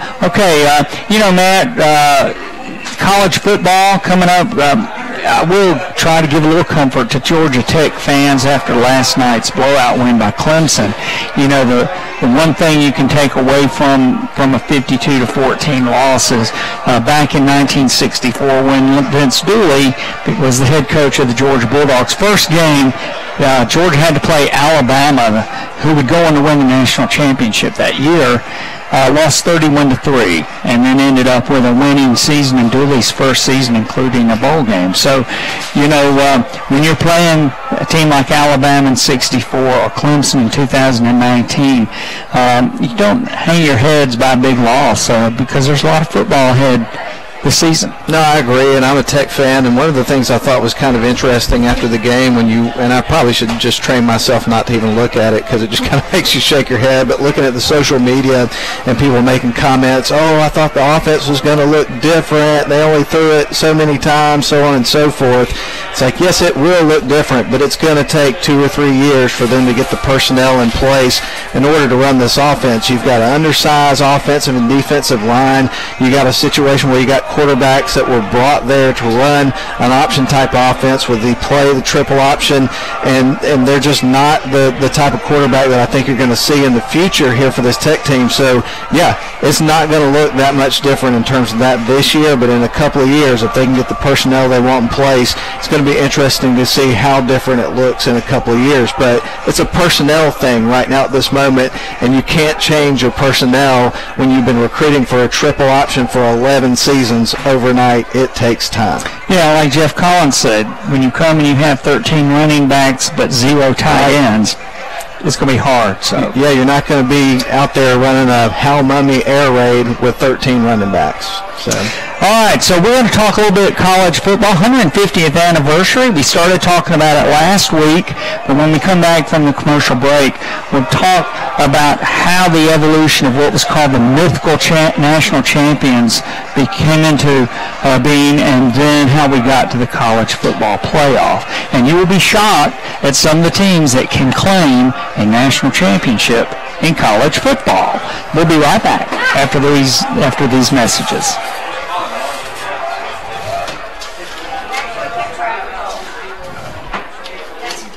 Sinner. That's awesome.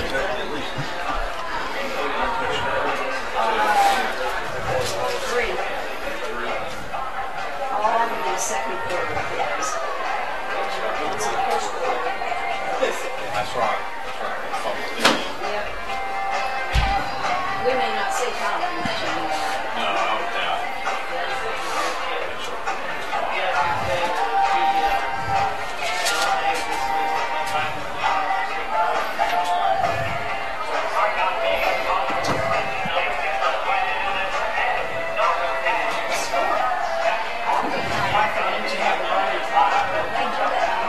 Wow. Third quarter is optional with Coosa. Fourth quarter is mandatory.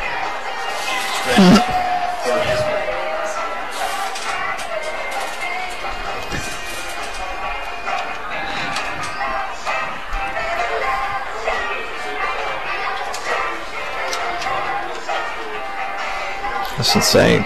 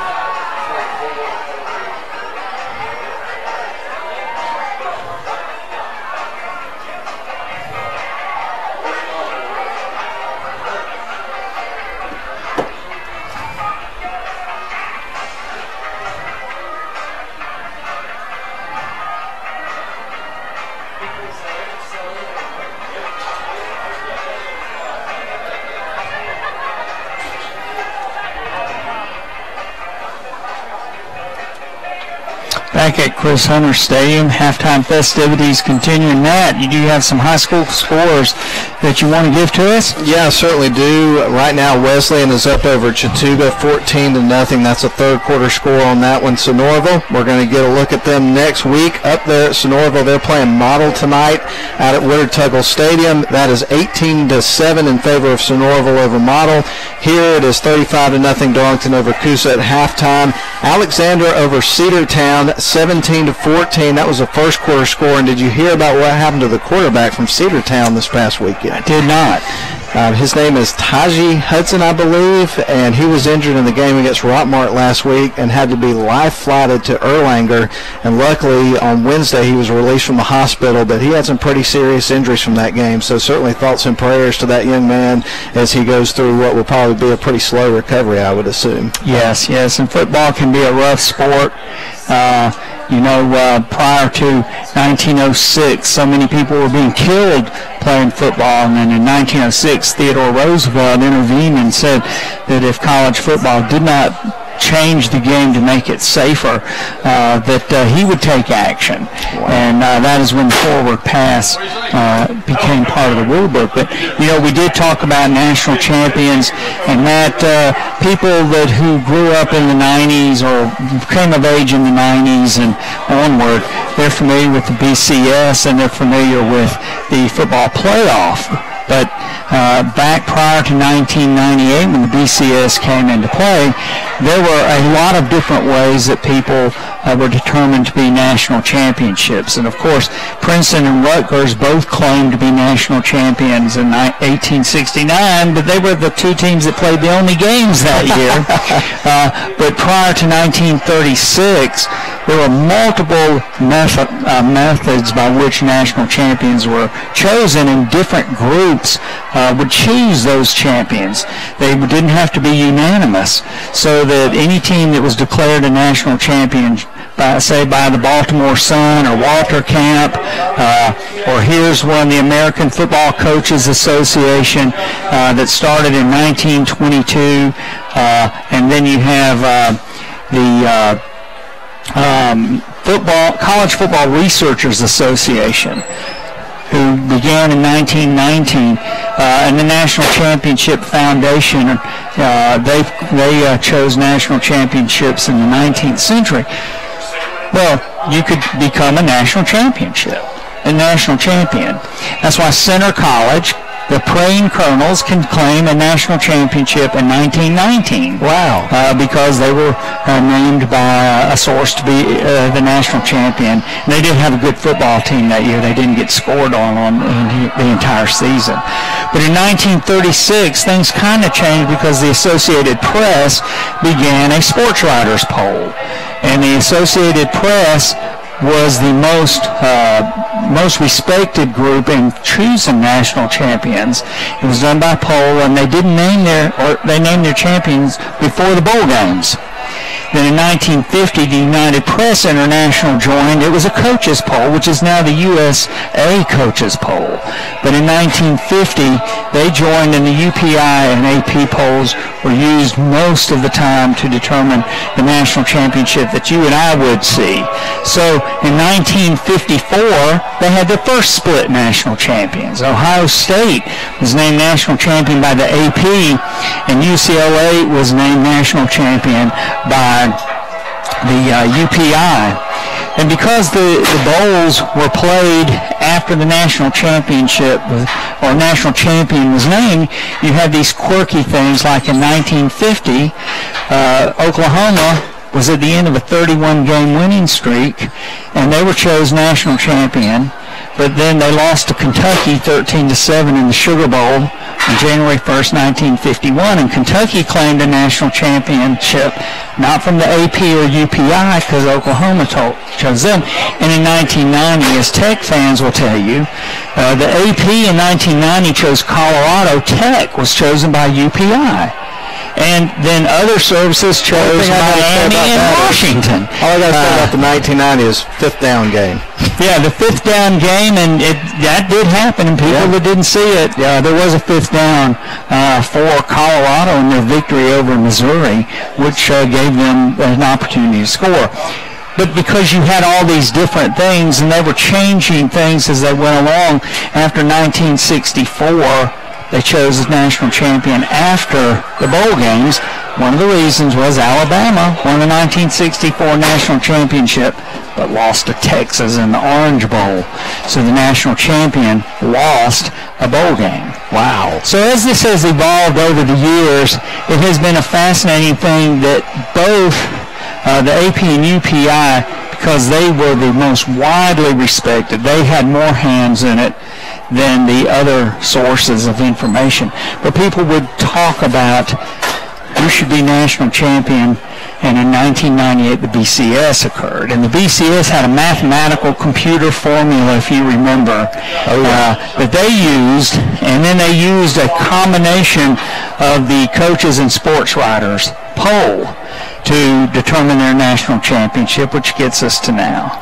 So here's a trivia question that we had on our, I guess it was our Thursday edition of Northwest Georgia Sports Live this week, related to this subject, as a matter of fact.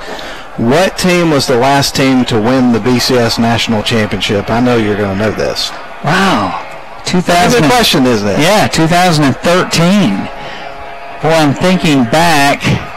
Let's see, Alabama won in 2012.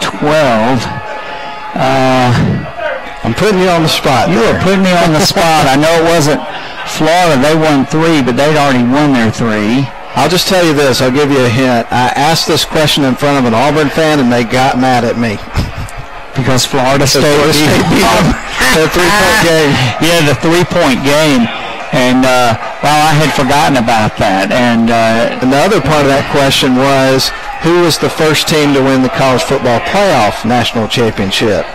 And that was Alabama. No, it wasn't. It was Ohio State. That's right. They beat Alabama badly in the championship game. And then ever since then, it's been either Alabama or Clemson, but that first year was Ohio State. So that's a good question. So here's some interesting thing. Center College is a national champion in 1919, and Kentucky can claim a national championship for 1950. Navy has 1, and Army has 5. Pitt has has 11, even though they've never won. Well, they did win one official national championship based on the APUPI. So it's really start our own committee or something. For sure, we could some stuff. Well, let's name a national champion. In any event, we're about to have Toe Meets Leather by Coosa to start the second half. But the college football 150th birthday, we'll have lots of fun stories with that. Great sport, college football. Coosa about ready to kick the ball. Matt, I think there it is. High end over end kick. Toe Meets Leather. It comes down at the 25, and a man's flying up the far sideline with that ball. Patrick Shelley. Man, he's gunning. He is gunning for the Honeymoon Bakery icing on the cake player of the game. All right, we have some great guys that have played great game tonight in Darlington in Coosa territory at the Coosa 37-yard line on the far hash mark to start the second half. And Matt, there's some student section. smoke. There's some baby powder. I can smell it when they kicked it off. It was baby powder of some sort. Baby powder floating through the air here. Ooh, let's shut this window. I can't handle it. No, I'm just kidding. You can leave that. All right, Darlington. And Darlington has a 1st and 10 at the Coosa 37. Illegal procedure penalty against the Tigers, and they will walk back 5 yards. Griffin Brewster still in at quarterback for the Tigers. Colin Rogers as a single setback, Matt. I'm kind of hoping that the baby powder thing is going to be outlawed by the time we're back here. Wow, that's pretty strong. That is pretty strong. All right, Darlington with a 1st and 10 now at the 42-yard line of the Eagles. Tigers up 35-0 early in the second half. Brewster looking downfield. He's going to throw the ball, I think, incomplete to a man on the far side. Now, I think he dropped the ball, so that's going to be 2nd and 15. Yeah, that was number 26. Is that Gavin Forsha? Is that how you say his name? Yes. Our executive producer who checks on those things for us is nodding her head. So, Gavin Forsha, number 26. We need all the help we can get, I'll admit it. And that we do. We're just thankful to have lots of people to help us out when we're up here. There's no way you can do this without having a spotter. All right, Griffin Brewster in a shotgun. Colin Rogers, he is going to run straight up the middle. Colin Rogers bursts in the secondary to the far sideline. Maddie's got a 1st down and more, and he's going to be knocked out of bounds inside the 20 of the Coosa Eagles. And on a, let's see, that's about a 23-yard run. So that'll put him up to about 128 yards for the night. Oh, and we have just started the second half. Yeah. I tell you what, after a while, the way that the Tigers are playing and how many different guys are getting involved, it makes it very difficult to select the Honeymoon Bakery icing on the cake player of the game. We're going to have to get an escort by the end of the season. People are going to be upset with us, man. Now, those cupcakes and cakes and gelato handoff, fake handoff to Colin Rogers. Griffin Brewster flushed out of the pocket. He's rolling to his right. He's going to go up the far sideline, and he's going to make a little bit out of nothing. He's going to be knocked down after a gain of about 2-3 yards, and just didn't have anybody open downfield. Good defense by the Coosa Eagles on that play. They're in the secondary, pin their ears back, and like you mentioned, nobody open, and so it's 2nd down. All right, 2nd down and about 8. Tigers up 35-0 if you're just joining us. And we do have a running clock because he was knocked out of bounds, Matt. Brewster in a shotgun formation. Coosa bringing up extra people, hands it to Colin Rogers, bursting in secondary. Colin Rogers, he just elbowed that man and knocked him down at least backwards 3 or 4 yards, man. He's inside the 5, and the Tigers will have a 1st and goal from there. And you can definitely see some frustration right now on the Coosa Eagles, but one of the good things that we saw there on that play is there were a couple of guys that were kind of, encouraging their teammates and whatnot and showing some leadership there, trying to keep their heads in this football game, which is hard to do, Steve, when you're down 35-0. It really is. When that occurs, man, that is all mental toughness of staying focused each play is just like the last play of a tight game, and you've just got to maintain your focus or you'll get hurt. Hand off to Colin Rogers, and he scores his 4th touchdown of the night on a 4-yard touchdown run, and the Tigers extend the lead to 41-0. And I would suspect that the starters will come out after this. Yeah, I kind of agree with you. We already got a running clock. It's 42-0. You do not want to do anything, especially at this phase of the season, to risk injury when you got a big lead like this. So I'm with you. I would expect that a majority of the starters will be taking a seat there for the rest of the game, or standing on the sidelines, I should say. All right, Griffin. Brinson Sumner is going to be kicking the extra point. Frank Manning holds, ball's down, it's up. Boy, he's good. He is right through there, and I know everybody in his family's proud of him. He has really worked hard, Matt, and so the Tigers now go up 42-0 over the Coosa Eagles. And college football scores: Wake Forest trails 14-10 to Utah State in the second quarter. And then we have other scores: Tulsa trailing Michigan State 25-7, and East Lansing, Wisconsin over Southern Florida, University of South Florida 21-0 in the second quarter. And to give you an update on the Atlanta Braves, since we are your home for Atlanta Braves baseball in Rome on WLAQ, they are up 5-1. That game is in the bottom of the 6th. All right. And college football, just looking out from tomorrow, Texas A&M, who won big last night. Clemson, who won big last night. Big game in Death Valley next week. You just have to keep bringing that up. We just tell it. We just tell the facts. That's right. Just tell the facts. As a fan, it was a tough night for me because I totally expected that Georgia Tech was going to get beat like that. But my alma mater is Jacksonville State University, and going into the season, they were ranked number 6 in the country in FCS, and they got manhandled last night by Southeastern Louisiana. Did not see that coming. Yeah, the thing is, early in a season, you really don't know what people have. You've got to play about 3 or 4 games before you really do. Brinson Sumner, toe meets leather. This is going to be a great line drive kick into the end zone, and Coosa will start at their own 20-yard line. If you remember last year, how everyone was talking about what a great defense Virginia Tech had after they beat Florida State, and people were talking about 24 of Florida State's plays were negative plays. What we didn't realize is Virginia Tech's defense was horrible, but Florida State was worse than that.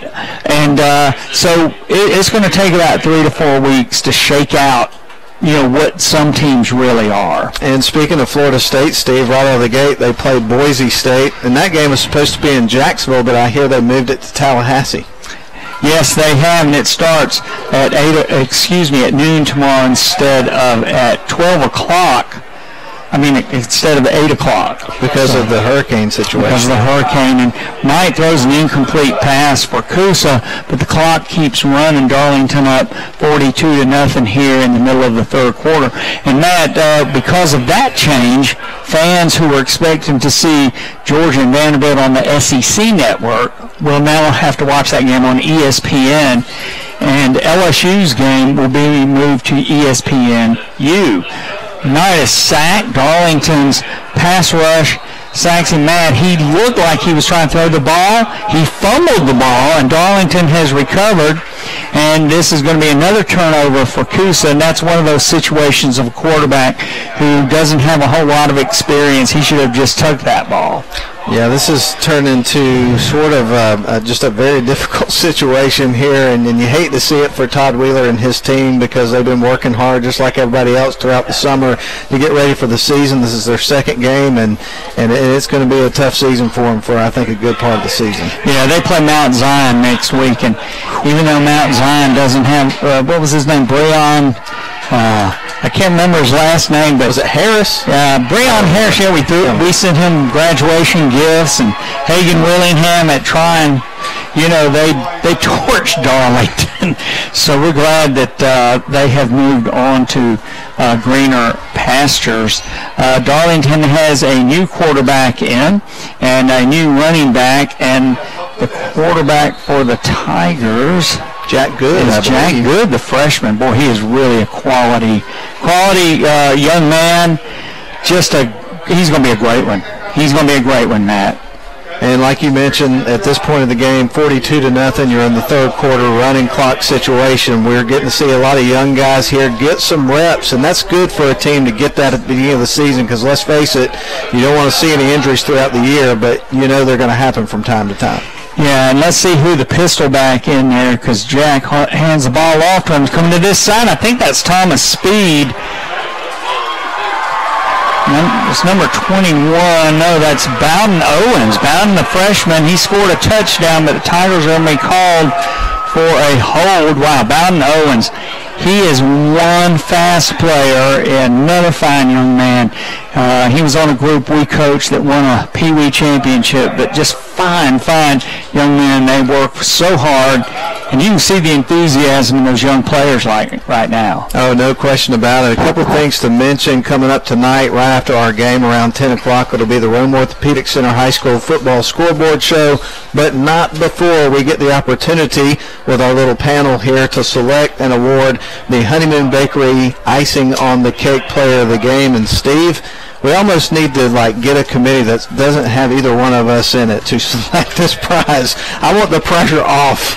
Yeah, I'm telling you, there's so many deserving candidates, and the people have their opinions and good hands off to, I think that was Bowden Owens going up the middle. It's going to be third and long for Darlington at the Eagle 29. The line to make, Matt, is the 9-yard lines. And Matt, Rome Orthopedic Center, speaking of the Rome Orthopedic Center, one of the team physicians, Stephen Brown, went to Princeton, which, according to these records, can claim 28 national championships. Wow. So we just thought we'd throw that in as Princeton, way over Alabama in the number of national championships that they can claim. That's very interesting stuff. Yes, and we just hope that none of the Alabama fans who heard this will come up here. The press box is locked. The press box is locked. So, all right. And Jack Good, he keeps the ball on a keeper after he fakes it to Bowden Owens, and he is going to be tackled at about the line of scrimmage. Now with 3:35 to play here in the third quarter, I believe that Darlington is just satisfied right now. Let's get some young guys in there and let them get some playing time. And let's see if we could ask our executive producer if she could, with her binoculars, get the linemen's names so we can call them out because their mamas and daddies want to know about them too, and grandmothers and grandfathers wherever they are. And we got a number 2 in the game, but the number 2 that we have on the roster, well, he's not on the team anymore, so we're not 100% sure who this young man is. Fourth and long, handoff to Bowden Owens, trying to get to the corner. Had a man grabbed his jersey, kept on going into the middle of the field. Bowden Owens, boy, he's going to be a great one, Matt.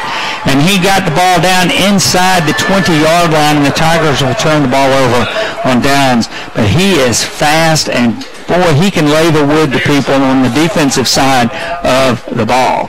Yeah, no doubt. I agree with you 100%. That young man's going to develop into quite a player, and I think that's one of the things that you see, that they lay that foundation young with these players. I mean, these guys, even though they're a year or two away from maturing into the type of players that we'll see them, you can already see the foundation of the hard work and how hard that they get after their business out on the football field. Well, they really do. Great work ethic. There's a penalty on the play, Matt, and let's see. It's against the Tigers. I would expect Coosa to deny it, unless it's a dead ball foul. It's what it looks like it is. It's a dead ball personal foul, but it is not enough to give Darlington a first down. So Coosa will take over on downs. So the Eagles will get the ball inside their own 10-yard line, Matt. And just as another trivia question, who won the first AP national championship? I have no idea. 1936, Minnesota. Minnesota has won 6 national championships, but none since that era of the 30s and 40s. If you gave me 50 guesses, I never would have arrived at Minnesota. Yeah, me neither. All right. Coosa, Knight, hands off to a man on a speed sweep. That's Curry, Matt. He's been quite busy tonight, and he's going to be out to about the 13 or 14-yard line. 2:24 to play here in the third quarter. Tigers up 42-0. And yeah, it's really interesting to see how the powers have shifted over those years in college football, from also a regional sport to a national sport. I know, and it's also interesting to think about the future and when things might change from just being Alabama and Clemson every single year, because at some point that'll have to happen.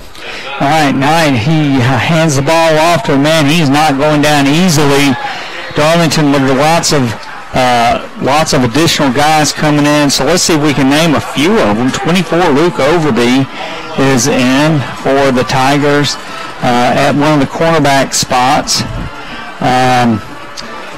Man, help me out here. Our linemen, all people on the line on that last possession: Luke Overby, Bryant Powell, Joey Kite, Bert Scrimshire, DJ Johnson, and Davis Watson. So it's going to be first down for the Eagles at their own 19-yard line, just about to the 1 minute mark here of the third quarter. And Knight passes the ball complete to a man coming over the middle. Matt, that was a big play in the first quarter when they did that, but right now it's more of a, let's see if we can get a good scrimmage in. And that was Caleb Nichols, the wide receiver there for Coosa Eagles, after a nice pass from Brevin Knight.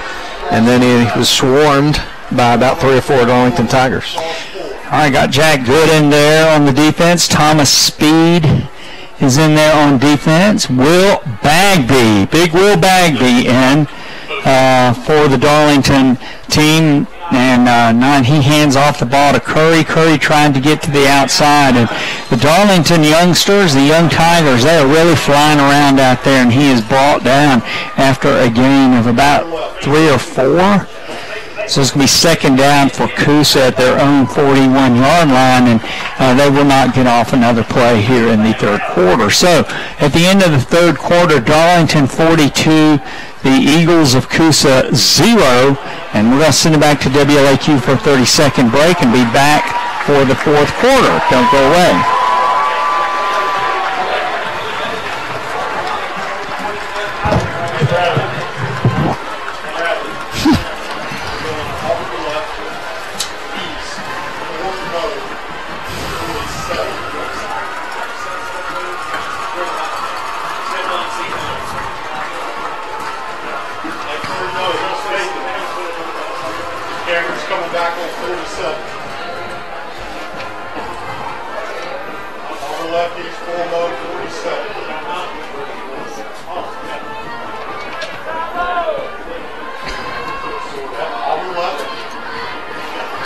Back here at Chris Hunter Stadium, third quarter stats, Matt. Darlington, Coosa both have 2 possessions.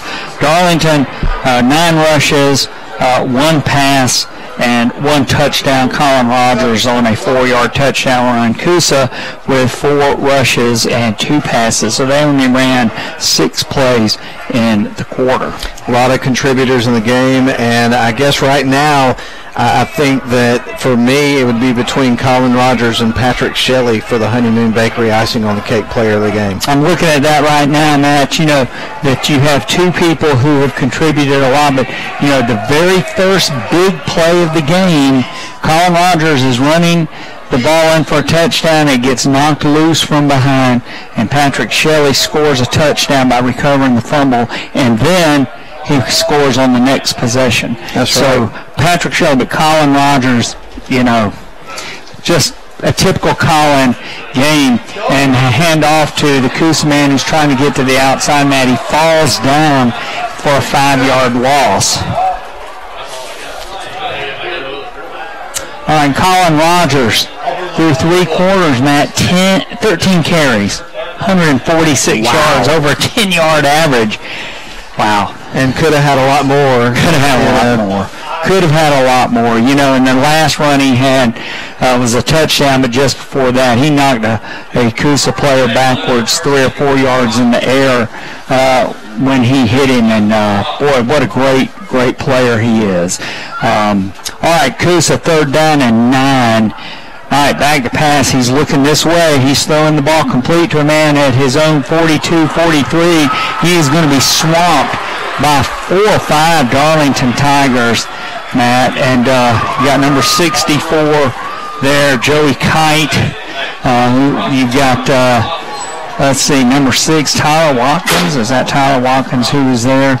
You know, all these guys are just playing so hard right now, and you just love to see them get a chance to get out there in a game condition. No question. Another nice catch there by Caleb Nichols for the Coosa Eagles, and a good throw from Brevin Knight. So at this point, you get some young guys with some reps here for Darlington, but at the same time for Coosa, they get an opportunity to get some reps in. They've made the most out of a few of them. Yeah, Knight rolling to his right, looking downfield. He's cocking his arm. He's throwing the ball, and he throws complete to a man over on the far side. No, it's incomplete. So he dove forward, and the ball fell out of his arms, and they will turn the ball over on downs to the Darlington Tigers. Yeah, this is one of those games where I think that everybody at this point in time, for the most part, are just kind of ready for this one to be in the book, so you can kind of move on to what's next on the schedule, so to speak. Except for maybe the young men that are out there getting some playing time that wouldn't normally be in at this point of the game, in a close game at this situation, and I know their parents are very proud to get to see them out there. Well, they're having a great time. Gatlin Hancock out there now on the line. Jack Good's mouthpiece rolls out of his mouth. He reaches down to pick it up. I can't see who the center is, but you can tell it's just a lot of young guys on both sides now, and they're getting their chance to play at Chris Hunter Stadium. And Bowden Owens, he spins, and he's down to the 40-yard line on a handoff that goes to the outside. So he's done great. And Matt, talking about the greatest programs that was in the ESP 150 home, Matt, St. John's, Minnesota, 4 national championships at their level. But John Colardi, head coach, 465 victories. But one thing is, his players always called him John. He said, "That's my name," but they never had hitting in practice. Never. And so, but in games, they were fierce players. So it's an interesting concept, but he said, we're not going to have a lot of guys hurt. John Golardi died last year at, I think he was 94. Wow. Bowden Owens cuts upfield on a handoff inside the 40-yard line down to the 39-yard line. In the center, Cam Fountain, number 63, and that you should have seen him. He ran up to the line of scrimmage. So, boy, they're excited. These guys are having fun.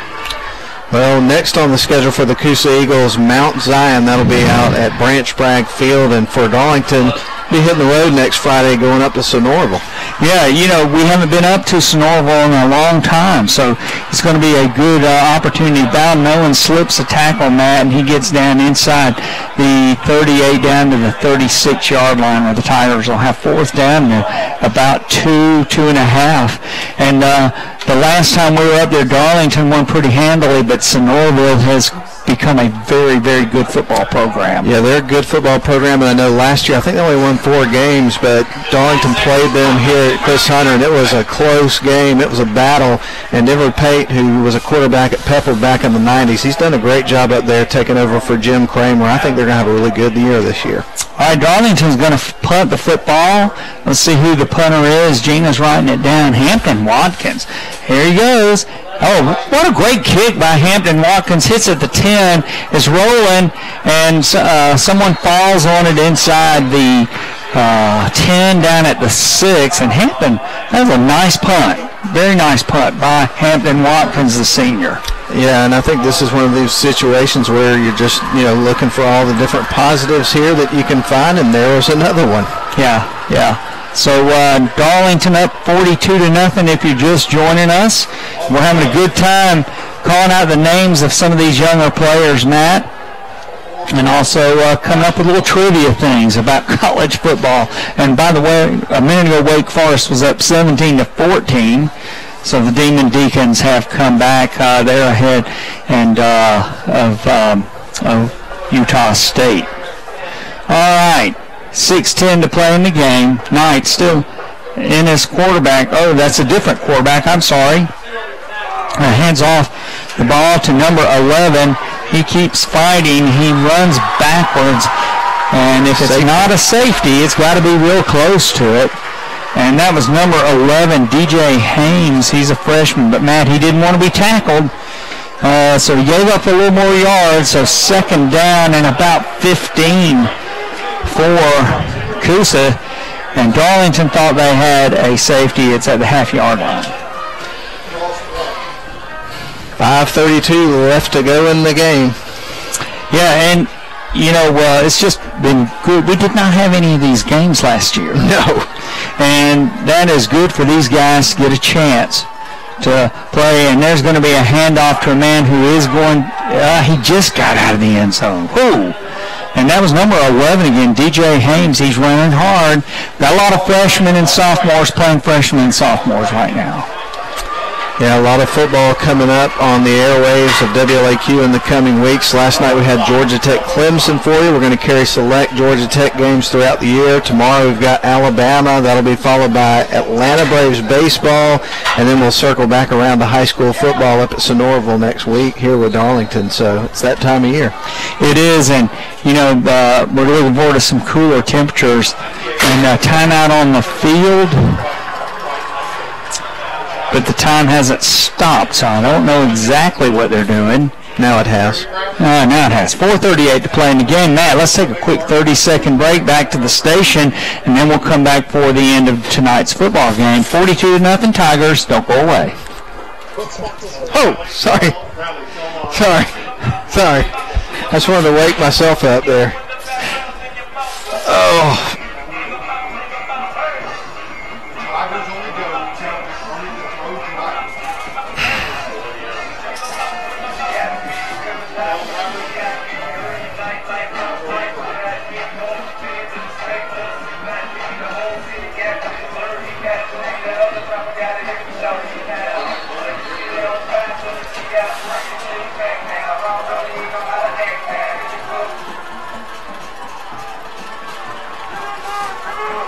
Back here at Chris Hunter Stadium, and tonight's game winding down. 4:38 to play in the game. Darlington up 42-0. A slew of players have been in the game tonight.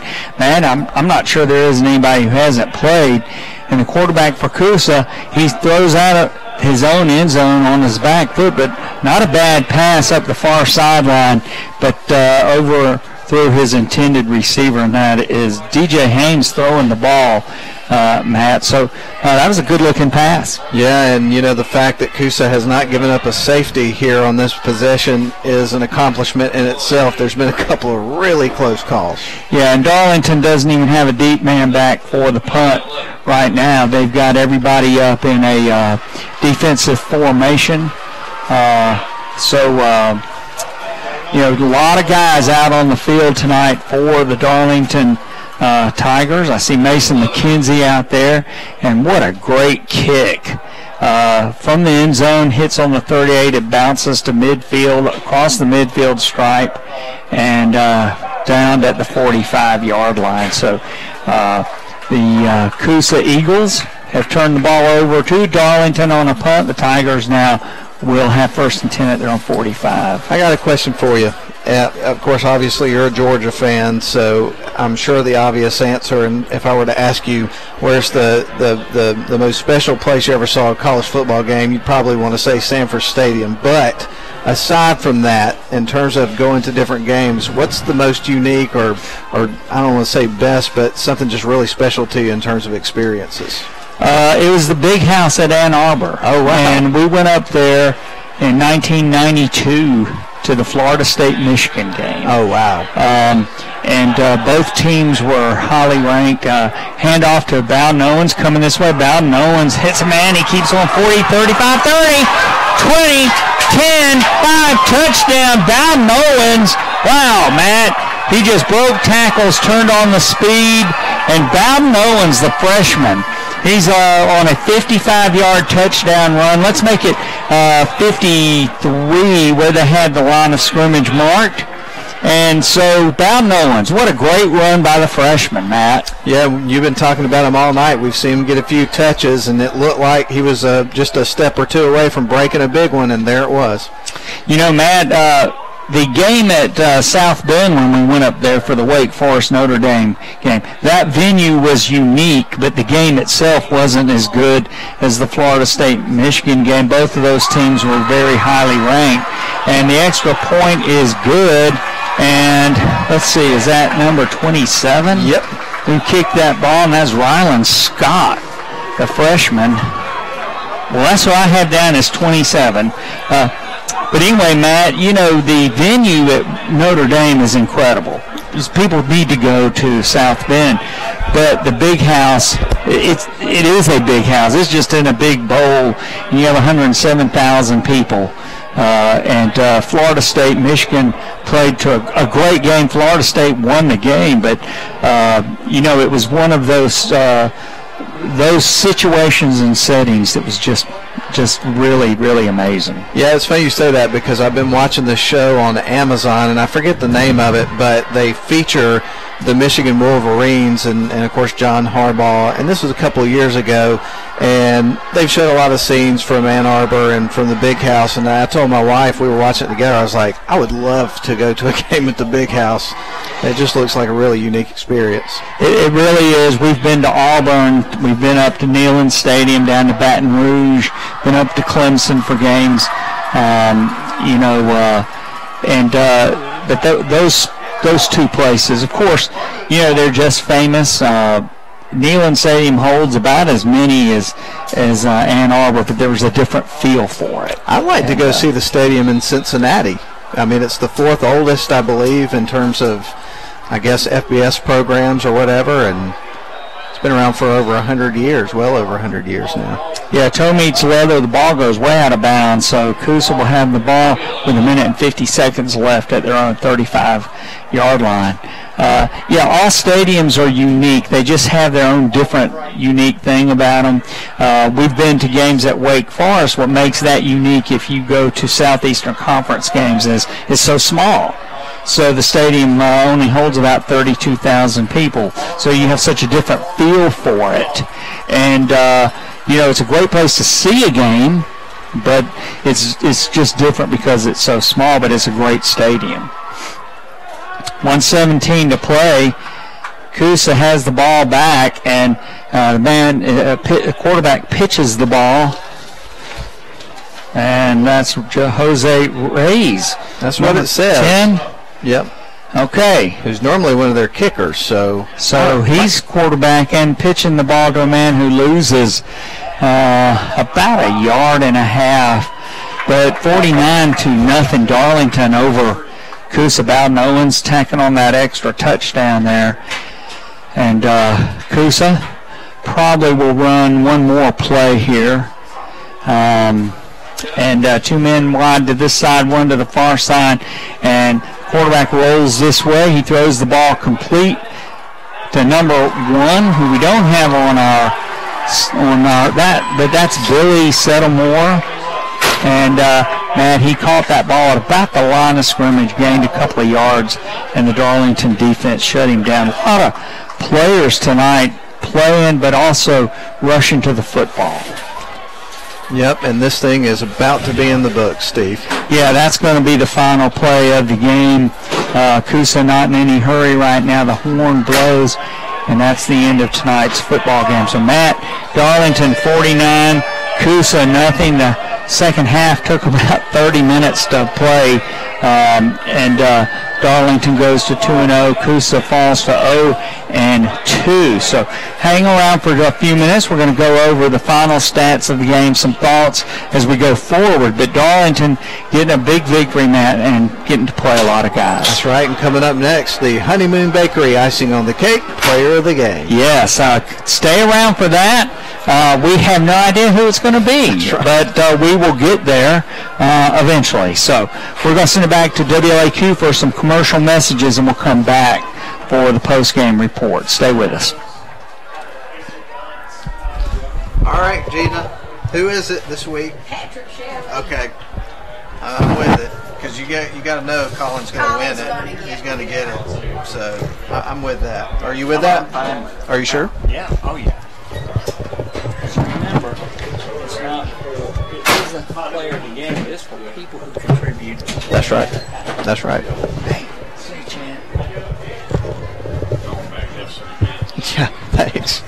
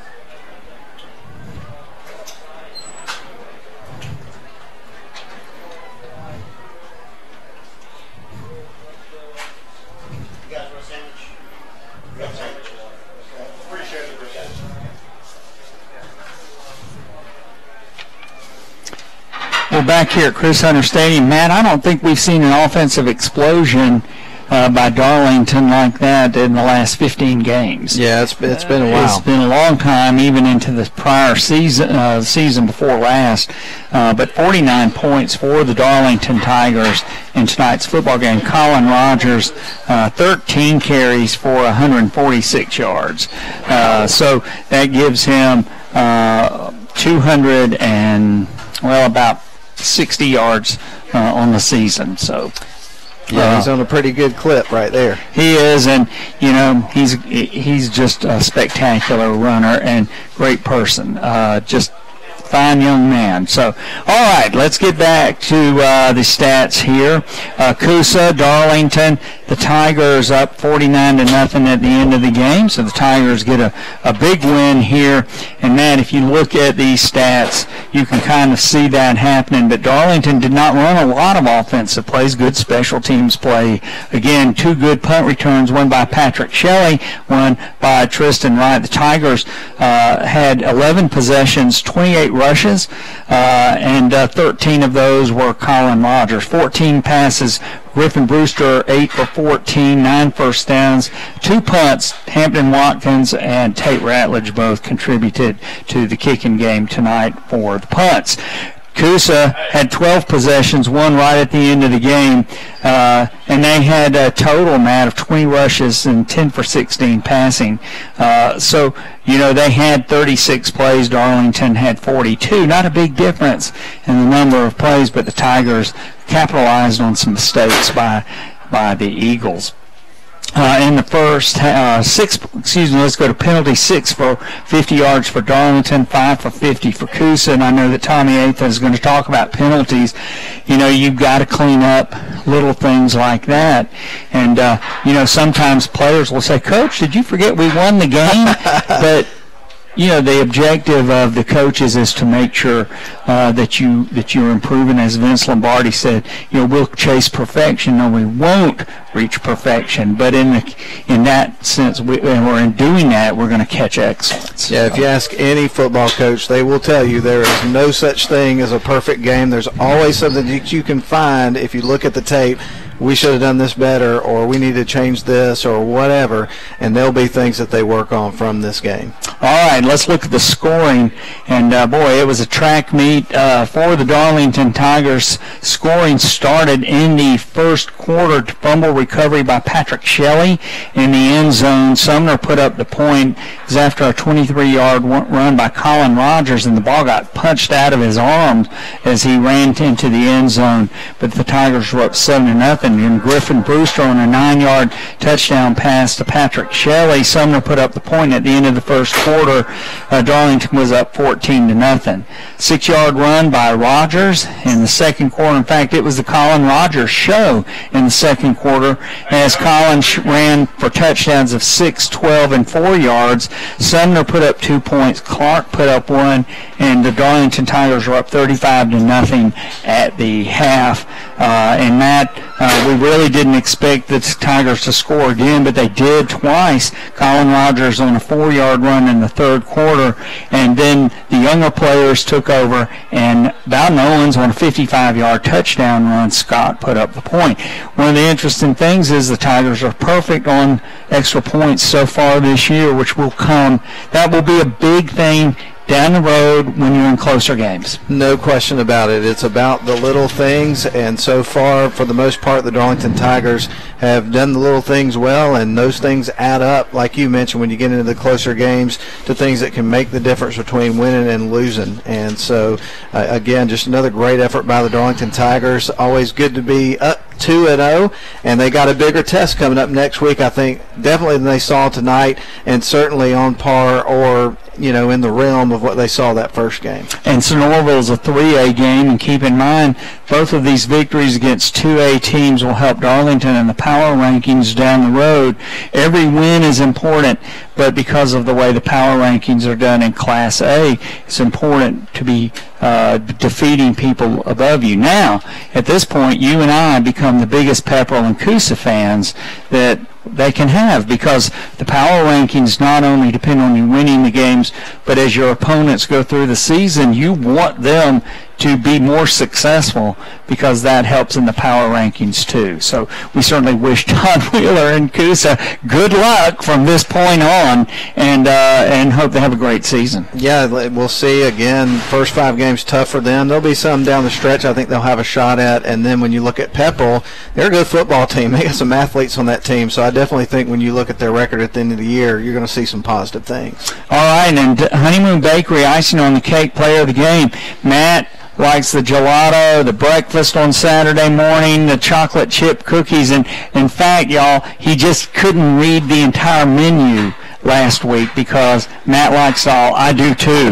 But the Honeymoon Bakery and Kevin Dillman, the whole staff down there, they do a great job. And if you walk in there, you just sometimes just want to go in there and inhale. I know the fragrance, and if they will let you just do that for free, it's worth it. And my wife, she works there, and she's there quite a bit, and I'm always hopeful that when she comes home, there's going to be a box of something coming with her. And sometimes it happens, sometimes it doesn't. If it happened as much as I wanted it to, well, I don't know. I'd probably have to cut back a little bit. Yeah, we'd be on a workout program together. But tonight's Honeymoon Bakery icing on the cake, player of the game.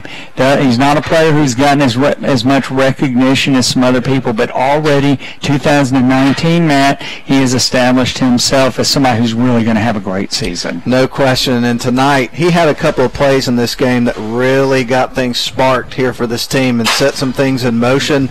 And I think he was a big catalyst to things getting on track here for the Darlington Tigers. So I think we all agreed tonight who the winner should be. Yeah, Patrick Shelley.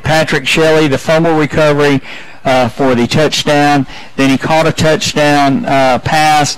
Then he had that great punt return, had good plays on defense, and he actually recovered another fumble that Coosa made. We weren't exactly sure, but that's who it looked like. So, what a great player, and for him to get the Honeymoon Bakery icing on the cake, player of the game. He didn't get it at all last year, and he's going to have a great season. I think he is.